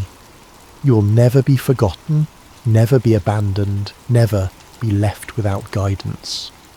The sun is beginning its descent toward the horizon now, painting the sky in shades of pink and gold. Soon it will be time to lead the sheep back to the safety of the fold for the night. Trust and rest, the shepherd says, his voice a gentle command. These are the twins of peace. Trust that I know the way forward. Rest in the knowledge that you are watched over. Together they create a quiet heart even in the midst of a noisy world. As these words settle into your spirit, you notice that your breathing has slowed to match the shepherd's. Deep, unhurried breaths that seem to draw peace directly from the air around you. Your body feels heavy with relaxation, as if every muscle has decided at once to release its tension. The voice of love is always near, the shepherd murmurs, his words becoming almost musical in their rhythm. Calling you by name, inviting you to follow, promising presence through every valley and on every mountain top. The sheep are beginning to gather more closely now, sensing the approaching evening. Their movements become slower, their grazing more intermittent. They are preparing for the journey back to the fold. Step by step, you are led to peace, the shepherd continues, his voice growing softer, not in great leaps or sudden flights, but in the patient unfolding of a path walked in trust. Each day has its portion of guidance, each moment carries its own light. He rises now, stretching his arms wide as if to embrace the entire flock at once. The setting sun behind him creates a halo effect, illuminating his outline with golden light. It is time to return to the fold, he says, extending his hand to help you rise. The day's journey concludes, but the care never ends. Through the night I watch, through the darkness I guard. When morning comes again, we continue the path together. As you stand, you feel a profound sense of renewal, as if the simple act of walking with the shepherd, listening to his voice, observing his care for the sheep has restored something essential within you. The worries that had weighed on your mind seem distant now, replaced by a calm certainty that you are known, you are valued, you are guided. The shepherd lifts his voice in a distinctive call that immediately draws the attention of every sheep. They respond with remarkable unity, moving toward him from all directions, gathering into a more cohesive group for the journey home. This is how it has always been, he explains as you begin to walk beside him, the flock following behind. The sheep scattered in feeding, gathered in travelling, diverse in their individual needs, united in their common trust, each one unique, yet part of a greater whole. The path back to the sheepfold seems somehow shorter than the journey out, as if the familiarity of returning home compresses distance itself. The evening light casts long shadows ahead of you, leading the way toward rest. You're safe, the shepherd says, his voice now barely above a whisper. You're loved. You're guided. These words repeat like a gentle refrain as you walk, matching the rhythm of your steps, synchronizing with your heartbeat. They are not just sounds, but promises, not just comfort, but truth. They sink deeply into your consciousness, creating a foundation of peace that feels both new and somehow always known. As the sheepfold comes into view, its stone walls glowing with the last light of day, you feel a sense of completion. Not the end of a glory, but the closing of a circle that will open again with the dawn. The shepherd leads the flock through the entrance, counting each one, greeting each by name, ensuring that all who went out have returned safely. When the last sheep has entered the fold, the shepherd takes his place at the gateway, his staff across his knees, his gaze moving between the gathered flock and the darkening landscape beyond. He is the living gate, the constant guardian, the embodiment of care that does not slumber or sleep. Rest now, he says to you, his eyes holding yours with gentle intensity. The shepherd knows your name. The shepherd calls you to rest. The voice of love is always near. As night embraces the world once more, as stars begin to appear in the darkening sky, you feel yourself surrounded by perfect peace, held in the care of the one who calls you by name, who leads you beside still waters, who restores your soul. In this sanctuary of trust, sleep comes not as escape but as gift, not as absence but as presence in the watchful love of the Good Shepherd. Thank you for joining me on this peaceful journey with the Good Shepherd. If these words have brought you comfort tonight, please consider subscribing to Sacred Rest for more scripture-inspired sleep stories. And I'd love to know where in the world you're listening from and what time it is there. May you rest deeply in the knowledge that you are watched over with perfect care through this night and always. Hey there, peaceful soul. Before we begin tonight's gentle journey through scripture, I'd love to know where in the world you're listening from right now and what time it is in your corner of creation. Please leave a comment below sharing this. It's always such a blessing to see how God's word brings rest to hearts across every time zone. And if tonight's story brings you peace, please consider subscribing to Sacred Rest for more scripture-based sleep stories delivered with calm, unhurried care. Now take a deep breath and let's rest in God's presence. The Sea of Galilee rested in quiet splendour as the day's light began its gentle retreat toward the horizon. Golden rays stretched across the water's surface, dancing and shimmering as if heaven itself had scattered coins across the deep. It had been a full day, a day when crowds pressed in from every direction, hungry for wisdom, for healing, for a glimpse of this man who spoke as no one had spoken before. Jesus had been teaching since morning, his voice carrying across the gathered multitudes. He spoke of seeds falling on different soils, of tiny mustard seeds growing into sheltering trees, of hidden treasures and precious pearls. The kingdom of heaven, he said, was like these things, sometimes hidden, always valuable, growing in ways the human eye might miss. His words were simple yet profound, accessible yet mysterious, and the crowds hung on every syllable. But even the Son of God wrapped in human flesh grew weary. As the sun began its descent, Jesus looked out at his disciples with eyes that held both exhaustion and purpose. "Let us go over to the other side," he said simply. No fanfare accompanied these words, no dramatic declaration, just a quiet invitation to cross the sea.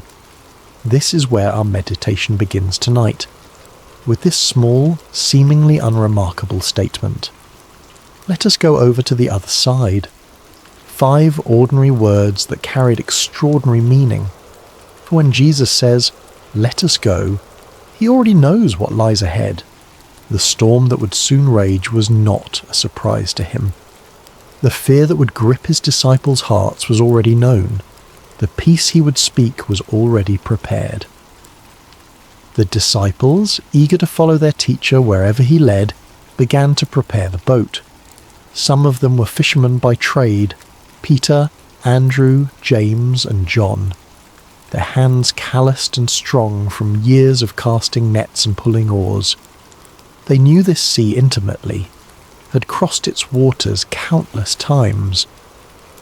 This evening crossing seemed unremarkable to them, simply another journey in their extraordinary adventure with this remarkable man. Other followers bid Jesus and the disciples farewell from the shore, perhaps still pondering the parables they had heard throughout the day. The kingdom of heaven is like. These words would linger in their hearts as they returned to their homes, planting seeds of truth that would grow in ways they couldn't yet imagine. As the boat pushed away from shore, Jesus settled into the stern. A small cushion was placed there, nothing luxurious, just a simple comfort for the teacher's rest. Several of the disciples took up the oars, their strong arms working in rhythmic unison to guide the vessel forward. Others perhaps sat quietly, watching the shoreline recede or gazing up at the vast canvas of sky that was beginning to transition from azure blue to deepening indigo. The evening air was cool against their skin, a welcome relief after the heat of the day. Birds wheeled overhead, their silhouettes dark against the warming colours of sunset. Fish occasionally broke the surface of the water, creating ripples that expanded outward in perfect circles. All seemed peaceful, all seemed well. Jesus, his body surrendering to weariness, closed his eyes.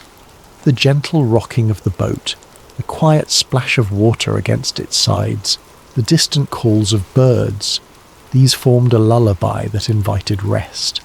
And so he slept, his head resting on the cushion, his breath falling into the deep, steady rhythm of slumber. The disciples continued their work, some rowing, others perhaps talking quietly among themselves about the day's events. What did the Master mean by this parable or that? How had he known what was in the heart of the Pharisee who had challenged him? Would they truly understand all these mysteries someday, as he had promised? As twilight deepened into dusk, stars began to appear overhead. First one, then dozens, then hundreds, until the sky above was spangled with light. On any other night, this might have been a moment of transcendent beauty, a reminder of God's promise to Abraham that his descendants would be as numerous as these very stars. But those with experience on these waters noticed something concerning. The air had changed, becoming charged with an expectancy that seasoned fishermen recognized. A slight shift in the wind's direction, a subtle change in temperature, small signs that spoke volumes to those who knew how to read them. Peter exchanged glances with Andrew, then with James. No words were needed between men who had spent their lives on these waters. Something was coming. The sea, now growing restless beneath them, had secrets to tell. Yet Jesus slept on, his face peaceful in the gathering darkness. Did the disciples consider waking him then, when the first signs appeared? Did they debate among themselves whether to alert their teacher to the changing conditions? We don't know. Perhaps they chose to let him rest, confident in their own abilities to handle whatever came. Perhaps they thought the signs would come to nothing. As the boat continued its journey across the darkening waters, the shoreline they had left grew distant, a thin line of shadow against the night sky. Ahead lay their destination, the country of the Gerasenes, but it remained out of sight, beyond the curve of the horizon. They were in the middle space now, too far from where they had been to return quickly, not yet close enough to where they were going to find shelter. It is in these middle spaces of our lives that storms often find us. Not when we're safely harboured, not when we've reached our destination, but in the vulnerable in-between, in the waiting, in the journeying, in the not yet there. The disciples could not know what lay ahead, but Jesus did. His rest was not the ignorant sleep of one caught unaware, but the peaceful repose of one who knows the end from the beginning. In this, there is profound comfort for us tonight as we rest. Whatever journey we're on, whatever middle space we find ourselves in, Jesus knows. He has already seen what we have not yet encountered. As our minds begin to slow and our bodies relax into this moment of rest, let us picture ourselves in that boat. Feel the gentle rocking beneath you. Hear the quiet splash of water against wood. See the stars appearing one by one in the vast expanse above, and know that Jesus is there with you, perfectly at peace even as the first winds of change begin to stir. It began with a whisper, a subtle change in the rhythm of the night. The stars that had shone so brightly overhead began to disappear, one by one, as clouds moved across the sky like silent spectators gathering for some celestial event. The gentle lapping of water against the sides of the boat grew more insistent, less soothing. The disciples, some of whom may have been drifting towards sleep themselves, grew more alert, their senses heightened by years of experience on these unpredictable waters. The Sea of Galilee, also known as Lake Gennesaret or the Sea of Tiberias, sits more than 600 feet below sea level, nestled in a basin surrounded by mountains. This unique geography creates a natural phenomenon well known to local fishermen. When cool air from the Mediterranean Sea, about 30 miles to the west, collides with the hot, humid air over the lake, sudden and violent storms can emerge with startling speed. This night would prove no exception to that natural law. One moment, the disciples were crossing in relative calm. The next, they found themselves battling a windstorm that seemed to descend upon them from nowhere. The Greek word used in Mark's Gospel to describe this storm is leilaps. Not a gentle rain shower or passing breeze, but a furious squall, a tempest of frightening power. The wind began to howl, no longer a whisper but a roar that filled their ears and made conversation nearly impossible. It seized the sail, straining the ropes that secured it, and threatening to tear the fabric from its moorings. Those disciples with seafaring experience would have worked quickly to secure what they could, their hands moving with practiced efficiency despite the growing chaos. Waves rose around them, no longer gentle undulations but angry mountains of water that lifted the boat high before dropping it with stomach-churning speed into the next trough. Water began to break over the sides, soaking the men to their skin and pooling at their feet. In the dim light of whatever lamps they might have had, or perhaps by now extinguished by wind and water, they could see the boat beginning to fill. For modern readers, it might be difficult to fully appreciate the terror of this moment. We who cross oceans in massive ships or fly above the clouds in airplanes may have experienced turbulence or rough seas, but few of us have truly feared for our lives while travelling. These men, however, even those who had spent their lives on the water, understood their mortality with stark clarity in this moment. The boat was filling with water faster than they could bail it out. The wind showed no signs of abating. The shore was nowhere in sight. In the ancient world where swimming was not a commonly taught skill, and where the depths of the sea represented chaos and death, their situation was dire indeed. And Jesus slept on, his head still resting on the cushion in the stern of the boat.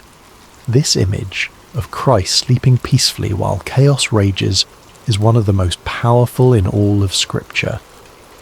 There is something almost incongruous about it, something that both confounds and comforts. The disciples must have looked at him with bewilderment. How could anyone sleep through such a storm? Did he not feel the water soaking his garments? Did he not hear the howling wind, or feel the violent pitching of the vessel? Perhaps some of them remembered the words of Psalm 121. He who watches over you will not slumber. Indeed, he who watches over Israel will neither slumber nor sleep.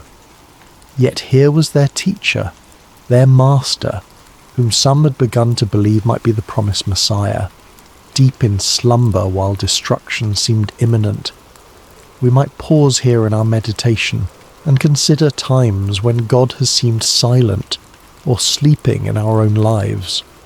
Those dark nights when prayers appear to go unanswered. Those seasons of suffering when heaven itself seems shut tight. Those moments when we cry out, "Lord, don't you care?"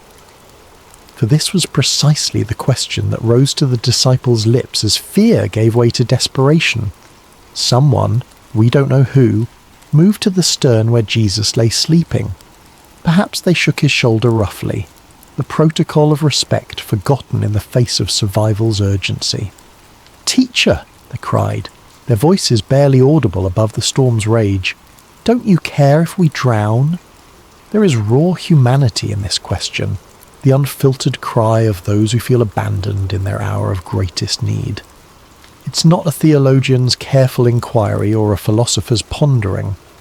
but the gut-level response of frightened men who cannot understand why the one they've come to trust seems indifferent to their plight. Don't you care? How many times have these words formed in human hearts across the centuries? The parent kneeling by the bed of a suffering child, the widow standing by a fresh grave, the refugee fleeing violence with nothing but the clothes on their back, the addict fighting for sobriety and failing again. Lord, don't you care? It's worth noting that the disciples didn't question Jesus' ability to help. They questioned his concern, his heart. They believed he could do something. Why else wake him? But they wondered if he would. Did their plight move him? Did their fear matter to him? Was he as invested in their well-being as they had come to believe? In asking this question, they revealed something profound about the nature of faith. True faith isn't just believing that God can, it's trusting that God will, that his heart is good, that his love is sure, that his timing is perfect. And this is often where our faith is tested most severely, not in questioning God's power, but in questioning his character, his concern, his care. As we continue to settle into rest tonight, let's acknowledge any storms that may be raging in our own lives. Perhaps there are circumstances that have caused us to wonder if God sees, if God cares. Like the disciples, we may have experienced moments of feeling alone in the tempest, questioning whether our prayers are heard. The beauty of this story, and the comfort it offers us even now, is that Jesus' response to their cry reveals the truth about his heart. But before we explore that response, let's sit for a moment with the reality of the storm itself. Feel the wind's force, hear its howl, see the waves crashing over the sides of the boat, experience the fear, the confusion, the desperate cry for help, and know that in the midst of it all, Jesus is present, not distant, not removed, but right there in the boat with them, with us. Whatever storm we face, we do not face it alone. The Lord of all creation has chosen to journey with us, to be present with us in every turbulent moment and every threatening circumstance. As our breathing deepens and our bodies grow heavier with approaching sleep, let us find comfort in this reality. The presence of Jesus in our boat does not exempt us from storms, but it changes everything about how we experience them. He's here even when he appears to be sleeping. He hears even when he seems silent. And he will respond in his perfect time with his perfect power. Now, as we picture the disciples crowding around Jesus, as we hear their cry of "Don't you care if we drown?" let us watch and see what happens next, for the storm is about to meet its match. The chaos is about to encounter its creator. The winds and waves are about to recognize the voice of the one who called them into being. Jesus woke to the violent pitching of the boat, to the spray of water across his face, to the desperate cries of his disciples. "Teacher, don't you care if we drown?" Their question hung in the air between them, nearly lost in the howling of the wind, yet impossibly loud in its implication. Did he care? Could they truly doubt this? He who had healed the sick, restored sight to the blind, cleansed the lepers, did they think his compassion extended only to strangers and not to those closest to him? He who had called them by name, who had shared meals and long roads and countless conversations with them, did they imagine his heart was indifferent to their fear? Yet Jesus did not respond to their question directly. He did not immediately reassure them of his care or explain his apparent indifference. Instead, he rose, calm, unhurried, sovereign, and turned his attention to the storm itself. Mark's Gospel tells us that he got up, rebuked the wind, and said to the waves, "Quiet, be still." The Greek phrase used here, siopa pephimoso, carries the sense of be silent, be muzzled. It is the language one might use to quiet a disruptive animal, or silence a disturbing noise. There is authority in these words, command and expectation of immediate obedience, and obey they did. The wind, which had been screaming across the water with destructive force, died away at once. The waves, which had been crashing over the sides of the boat and threatening to sink it, flattened into submission. The entire chaotic scene transformed in an instant from deadly peril to perfect calm. Imagine witnessing this moment. 1 second, you're fighting for your life against one of nature's most terrifying displays of power. The next, you're floating on a sea as smooth as glass under a clearing sky. The contrast would be disorienting, almost unbelievable. The silence following such tumult would ring in your ears. The stillness after such violent motion would leave you feeling strangely weightless. Only then, after demonstrating his authority over creation itself, did Jesus turn back to his disciples, and his words to them were not what they might have expected.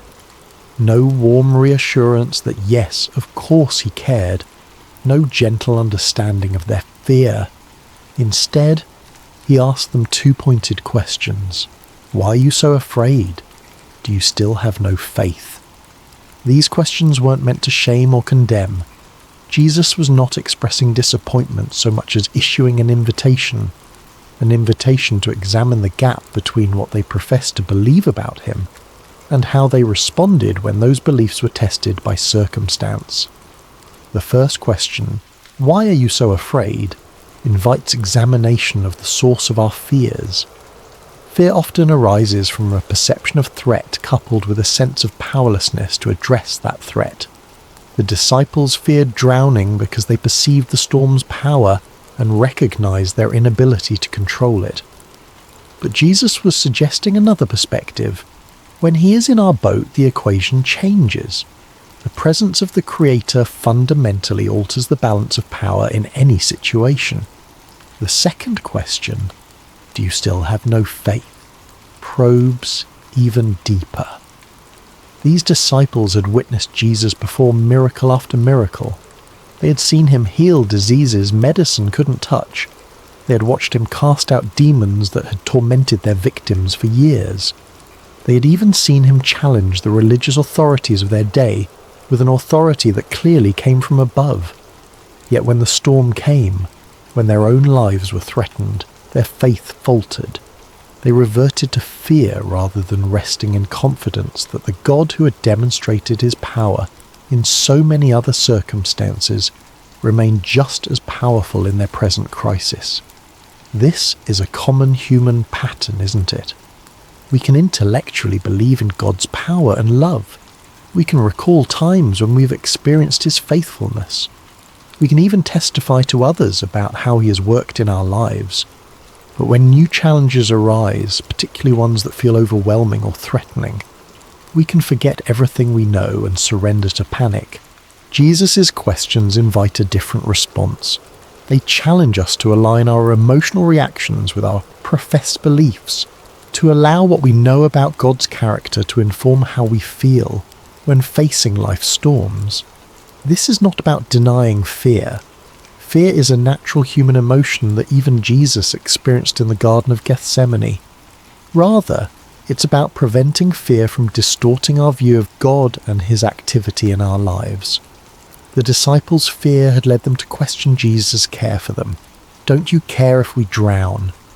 His questions in return invited them to question their fear instead.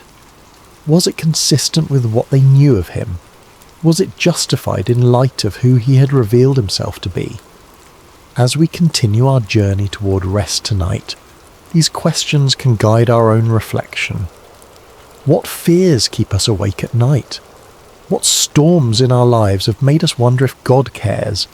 And more importantly, what do we know about the character of Jesus that might speak to those fears? If Jesus is truly who Scripture reveals him to be, all-powerful yet deeply compassionate, sovereign yet intimately involved, holy yet merciful, then our fears must be evaluated in light of these truths.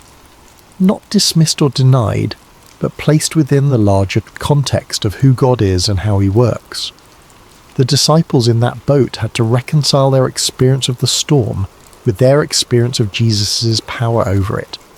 We too must reconcile our experience of life's challenges with our understanding of God's character and capabilities. This reconciliation doesn't happen once and for all. It's an ongoing process, a continued growth in trust that develops as we walk with him through both calm seas and raging tempests. Perhaps the most comforting truth in this entire account is the simple reality that Jesus was in the boat with them. He had said, "Let us go over to the other side, you will," not "let me meet you on the other side," or "try to make it to the other side." When Jesus says, "let us go," he commits to the entire journey, not just the destination. Similarly, when Jesus calls us to follow him, he doesn't promise absence of storms. He doesn't guarantee that the path will be smooth or the journey comfortable. What he does promise is his presence with us in whatever we face. "I am with you always," he would later tell his followers, "to the very end of the age." This presence changes everything. It doesn't always change our circumstances, though sometimes, as in this story, it dramatically does. But it always changes the meaning of those circumstances and how we can respond to them. As we feel sleep drawing nearer, let us rest in this truth. Whatever storm we face, Jesus is in our boat, not as a passive passenger, but as the Lord of wind and wave, the one whose word can transform chaos into calm, the one whose presence transforms our fear into faith. The question Jesus asks, "Why are you so afraid?" isn't meant to dismiss our feelings, but to direct our focus toward the greater reality of his presence and power. The perfect love he embodies casts out fear, not by pretending the storm doesn't exist, but by reminding us that he exists within the storm with us, and that makes all the difference. In the aftermath of the storm's sudden cessation, a profound silence settled over the Sea of Galilee. The only sounds remaining might have been the gentle lapping of now calm waters against the boat's hull, the dripping of seawater from soaked clothing and hair, and perhaps the still rapid breathing of men whose hearts had not yet caught up with the dramatic change in their circumstances. The contrast could not have been more stark. Moments before, chaos had reigned, wind howling, waves crashing, men shouting in fear. Now, perfect stillness surrounded them. The sky was clearing, stars reappearing like hesitant witnesses emerging after danger has passed. The sea, which had threatened to claim their lives, now cradled their boat with gentle care. In this strange new quiet, Jesus' words hung in the air. "Why are you so afraid? Do you still have no faith?" These questions weren't harsh or condemning. They were asked by the same voice that had just commanded the elements and been instantly obeyed. They were spoken by the same lips that had taught multitudes about the kingdom of heaven, that had pronounced forgiveness to the repentant, that had offered living water to the thirsty. His tone may have been one of genuine curiosity rather than criticism, a teacher using a powerful experiential lesson to reveal what was in his students' hearts. The disciples' reaction to this moment is profoundly revealing. Mark tells us that they were terrified and asked each other, "Who is this? Even the wind and the waves obey him." This was a new kind of fear, not the desperate fear of drowning that had gripped them during the storm, but the reverent awe that comes from encountering something, someone, beyond human comprehension. Their question, "Who is this?" is perhaps the most important question any person can ask about Jesus. It's a question that has echoed through centuries across cultures within countless human hearts. Who is this man who spoke with unparalleled authority, who healed with a touch, who forgave sins as if they were his to forgive, and who, as they had just witnessed, commanded the very elements of nature with a word? The disciples had already seen Jesus perform many miracles. They had watched him heal sickness, cast out demons, even restore withered limbs. But this display of power struck them differently, perhaps because it touched so directly on their own expertise. Peter, Andrew, James, John, these were fishermen who had spent their lives on this very sea. They knew its moods and dangers. They had weathered storms before through their own skill and experience. But they had never seen anyone simply speak to a storm and have it obey. Their question reveals something profound about spiritual growth. Revelation comes in layers. We don't grasp the full reality of who Jesus is all at once. Even those who walked with him physically, who ate with him and listened to his teaching daily, came to understand his identity gradually, through accumulated experiences and progressive revelation. This moment on the sea represented a significant shift in their understanding. The Jesus they thought they knew, teacher, healer, friend, suddenly revealed himself to be Lord of creation itself. The one who had been sleeping on a cushion moments before now stood before them as the one who held authority over the very forces of nature. Who is this? They asked each other. They were beginning to realize that the answer was far more profound, far more cosmic, far more divine than they had previously imagined. This question invites us into our own reflection tonight. Who is Jesus to us? Is he simply a wise teacher whose moral guidance we appreciate? A historical figure who founded a religion? A comforting presence when life gets difficult? Or is he the sovereign Lord of all creation, whose authority extends over every aspect of our existence, from the largest cosmic forces to the smallest details of our daily lives? Our answer to this question shapes everything about our faith journey. If Jesus is merely a good teacher, then his words are suggestions we can take or leave. If he is simply a historical religious figure, then his relevance to our modern lives may be limited. But if he is who he claimed to be, the Son of God, one with the Father, the Word made flesh, then every word he spoke carries divine authority. Every promise he made is utterly trustworthy, and every command he gave deserves our complete obedience. The disciples in that boat were confronting this reality in a visceral, immediate way. The Jesus they thought they knew had just done something only God could do. The Psalms describe God as the One who stilled the roaring of the seas, the roaring of their waves. Psalm 65:7, and the one who stilled the storm to a whisper, the waves of the sea were hushed. Psalm 107:29. Now they had seen Jesus do exactly this, with their own eyes in their own boat, in response to their own cry for help. Their question, who is this, was not merely rhetorical. It reflected genuine wrestling with an expanding understanding of Jesus' identity. And this wrestling is an essential part of authentic faith. God does not expect us to have perfect theological understanding from the beginning of our journey with him. He reveals himself to us gradually, meeting us where we are and gently expanding our capacity to know him as he truly is. For the disciples, this storm became a classroom, a place where their understanding of Jesus grew deeper and wider. Similarly, the storms of our lives often become the context in which we come to know God more truly. It's relatively easy to affirm God's goodness when life is calm and comfortable. It's when the winds howl and the waves threaten that our true understanding of his character is both revealed and refined. As we continue our journey towards sleep tonight, let's allow this holy question to linger in our minds. Who is this Jesus? Not as an abstract theological inquiry, but as a personal exploration of relationship. Who is he to me? What have I seen him do in my life? How has my understanding of him grown through seasons of both calm and storm? The beauty of this story is that it invites us to know Jesus more fully, not just as a distant miracle worker, but as the one who journeys with us through every circumstance of life. He is in our boat. He may sometimes appear to be sleeping, but he is never absent, never unaware, never unconcerned. And when he speaks, whether to rebuke a storm or to question our fear, his words carry the authority of the one who created all things and holds all things together. The wind and waves recognize his voice, because they came into being through that same voice. All things were created through him and for him, Paul would later write to the Colossians.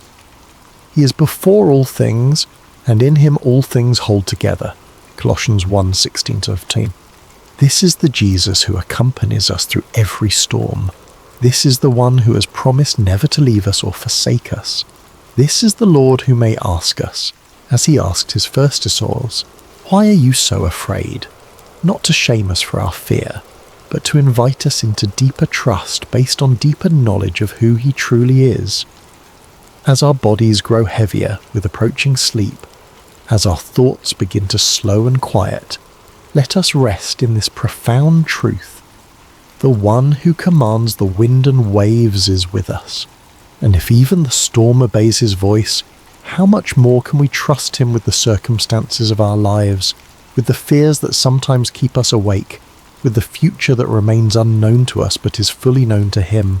In this trust we find not just theological truth but practical peace, the kind of peace that allows us to rest even when circumstances remain uncertain. Jesus didn't promise his disciples a storm-free journey. He promised them his presence through whatever storms might come. He offers us the same today. Who is this? The disciples asked. The answer to that question continues to unfold for all who choose to journey with him, not in abstract propositions, but in lived experience, in daily walking with the one whose authority extends over every realm and whose love reaches into every heart that opens to receive him. As the boat continued its journey across the now peaceful sea, the disciples must have fallen into a contemplative silence. The question they had asked each other, "Who is this? Even the wind and the waves obey him," would linger in their hearts and minds for days, weeks, perhaps even years to come. Each time they recalled this night, this storm, this miracle, their understanding of Jesus would deepen a little more. This is often how spiritual growth unfolds for us as well. Not primarily through intellectual study, though that has its place, but through lived experiences that reveal God's character and power in ways that transform our understanding.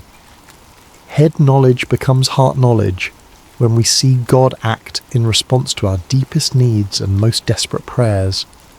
The disciples were beginning to grasp something profound. Jesus was not merely with them, he was over all things. His presence in their boat didn't just mean companionship, it meant protection, provision, and peace that transcended circumstances. Even when he appeared to be sleeping, his sovereignty remained active and absolute. As the first light of dawn began to brighten the eastern sky, they could see their destination approaching, the region of the Gerasenes on the opposite shore of the lake. Jesus had said, "Let us go over to the other side," and despite all that had transpired during the night, they were indeed arriving exactly where he had intended to take them. This small detail carries significant comfort. When Jesus sets a destination, he ensures arrival. The storm, powerful as it was, had not prevented the fulfillment of his stated purpose. It had threatened, certainly. It had frightened the disciples badly. But in the end, it had simply become another opportunity for Jesus to reveal more of himself to those who followed him. This pattern appears throughout Scripture and throughout the lives of those who walk with God. What appears to be a detour or a disaster often becomes the very context in which God manifests his glory most clearly. The storm on the sea, the fiery furnace, the lion's den, the prison cell.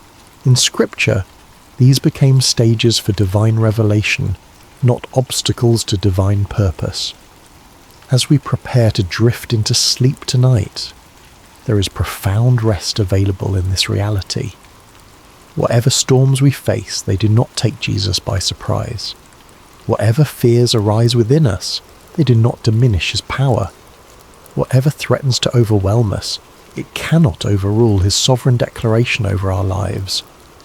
If Jesus has said to us, in any area of our lives, "Let us go to the other side," then we can rest assured that no storm, internal or external, can prevent us from reaching the destination he has established.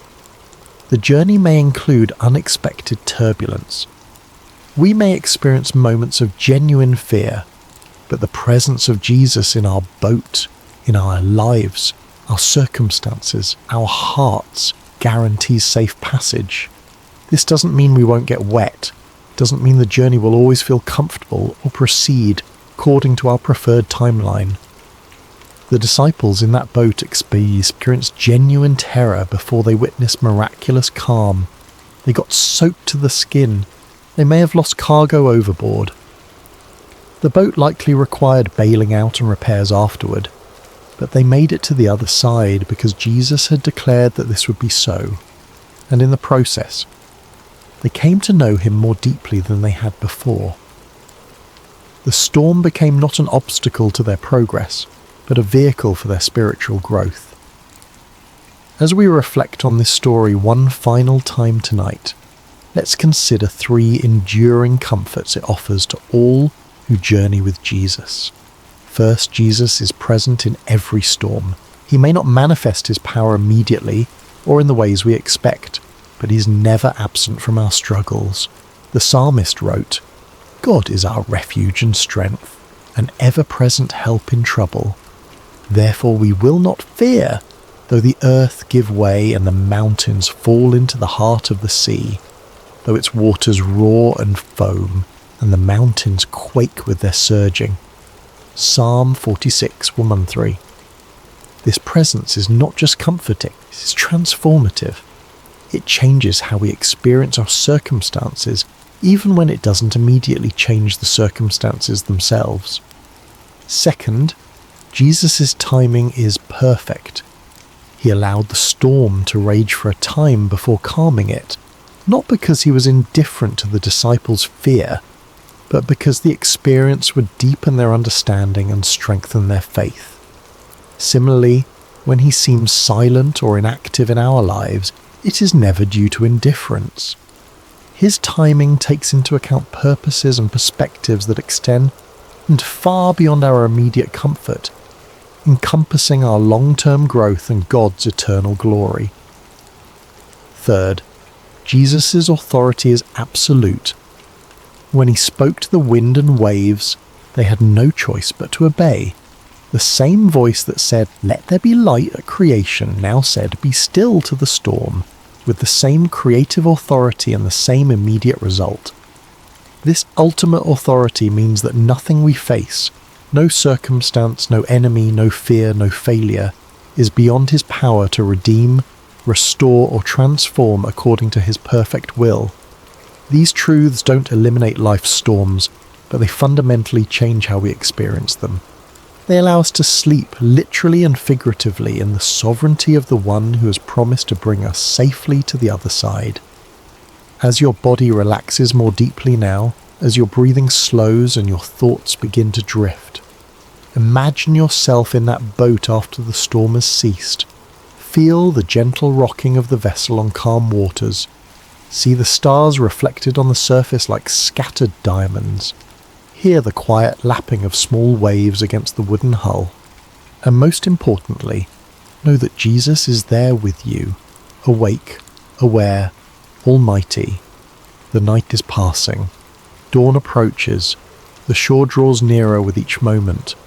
And the one who commanded the storm with a word continues to hold you in the palm of his hand, guiding your vessel to exactly where he intends it to go. In this assurance there is deep peace. In this knowledge there is perfect rest. In this presence there is complete safety. Whether we find ourselves currently in the midst of a raging storm, in the calm that follows, or in the ordinary moments between dramatic events, the truth remains. Jesus is with us. Jesus is for us, and Jesus will bring us safely to the other side. So breathe deeply now. Release the tension you may be holding in your shoulders, your jaw, your hands, your mind. Allow your body to grow heavy with approaching sleep.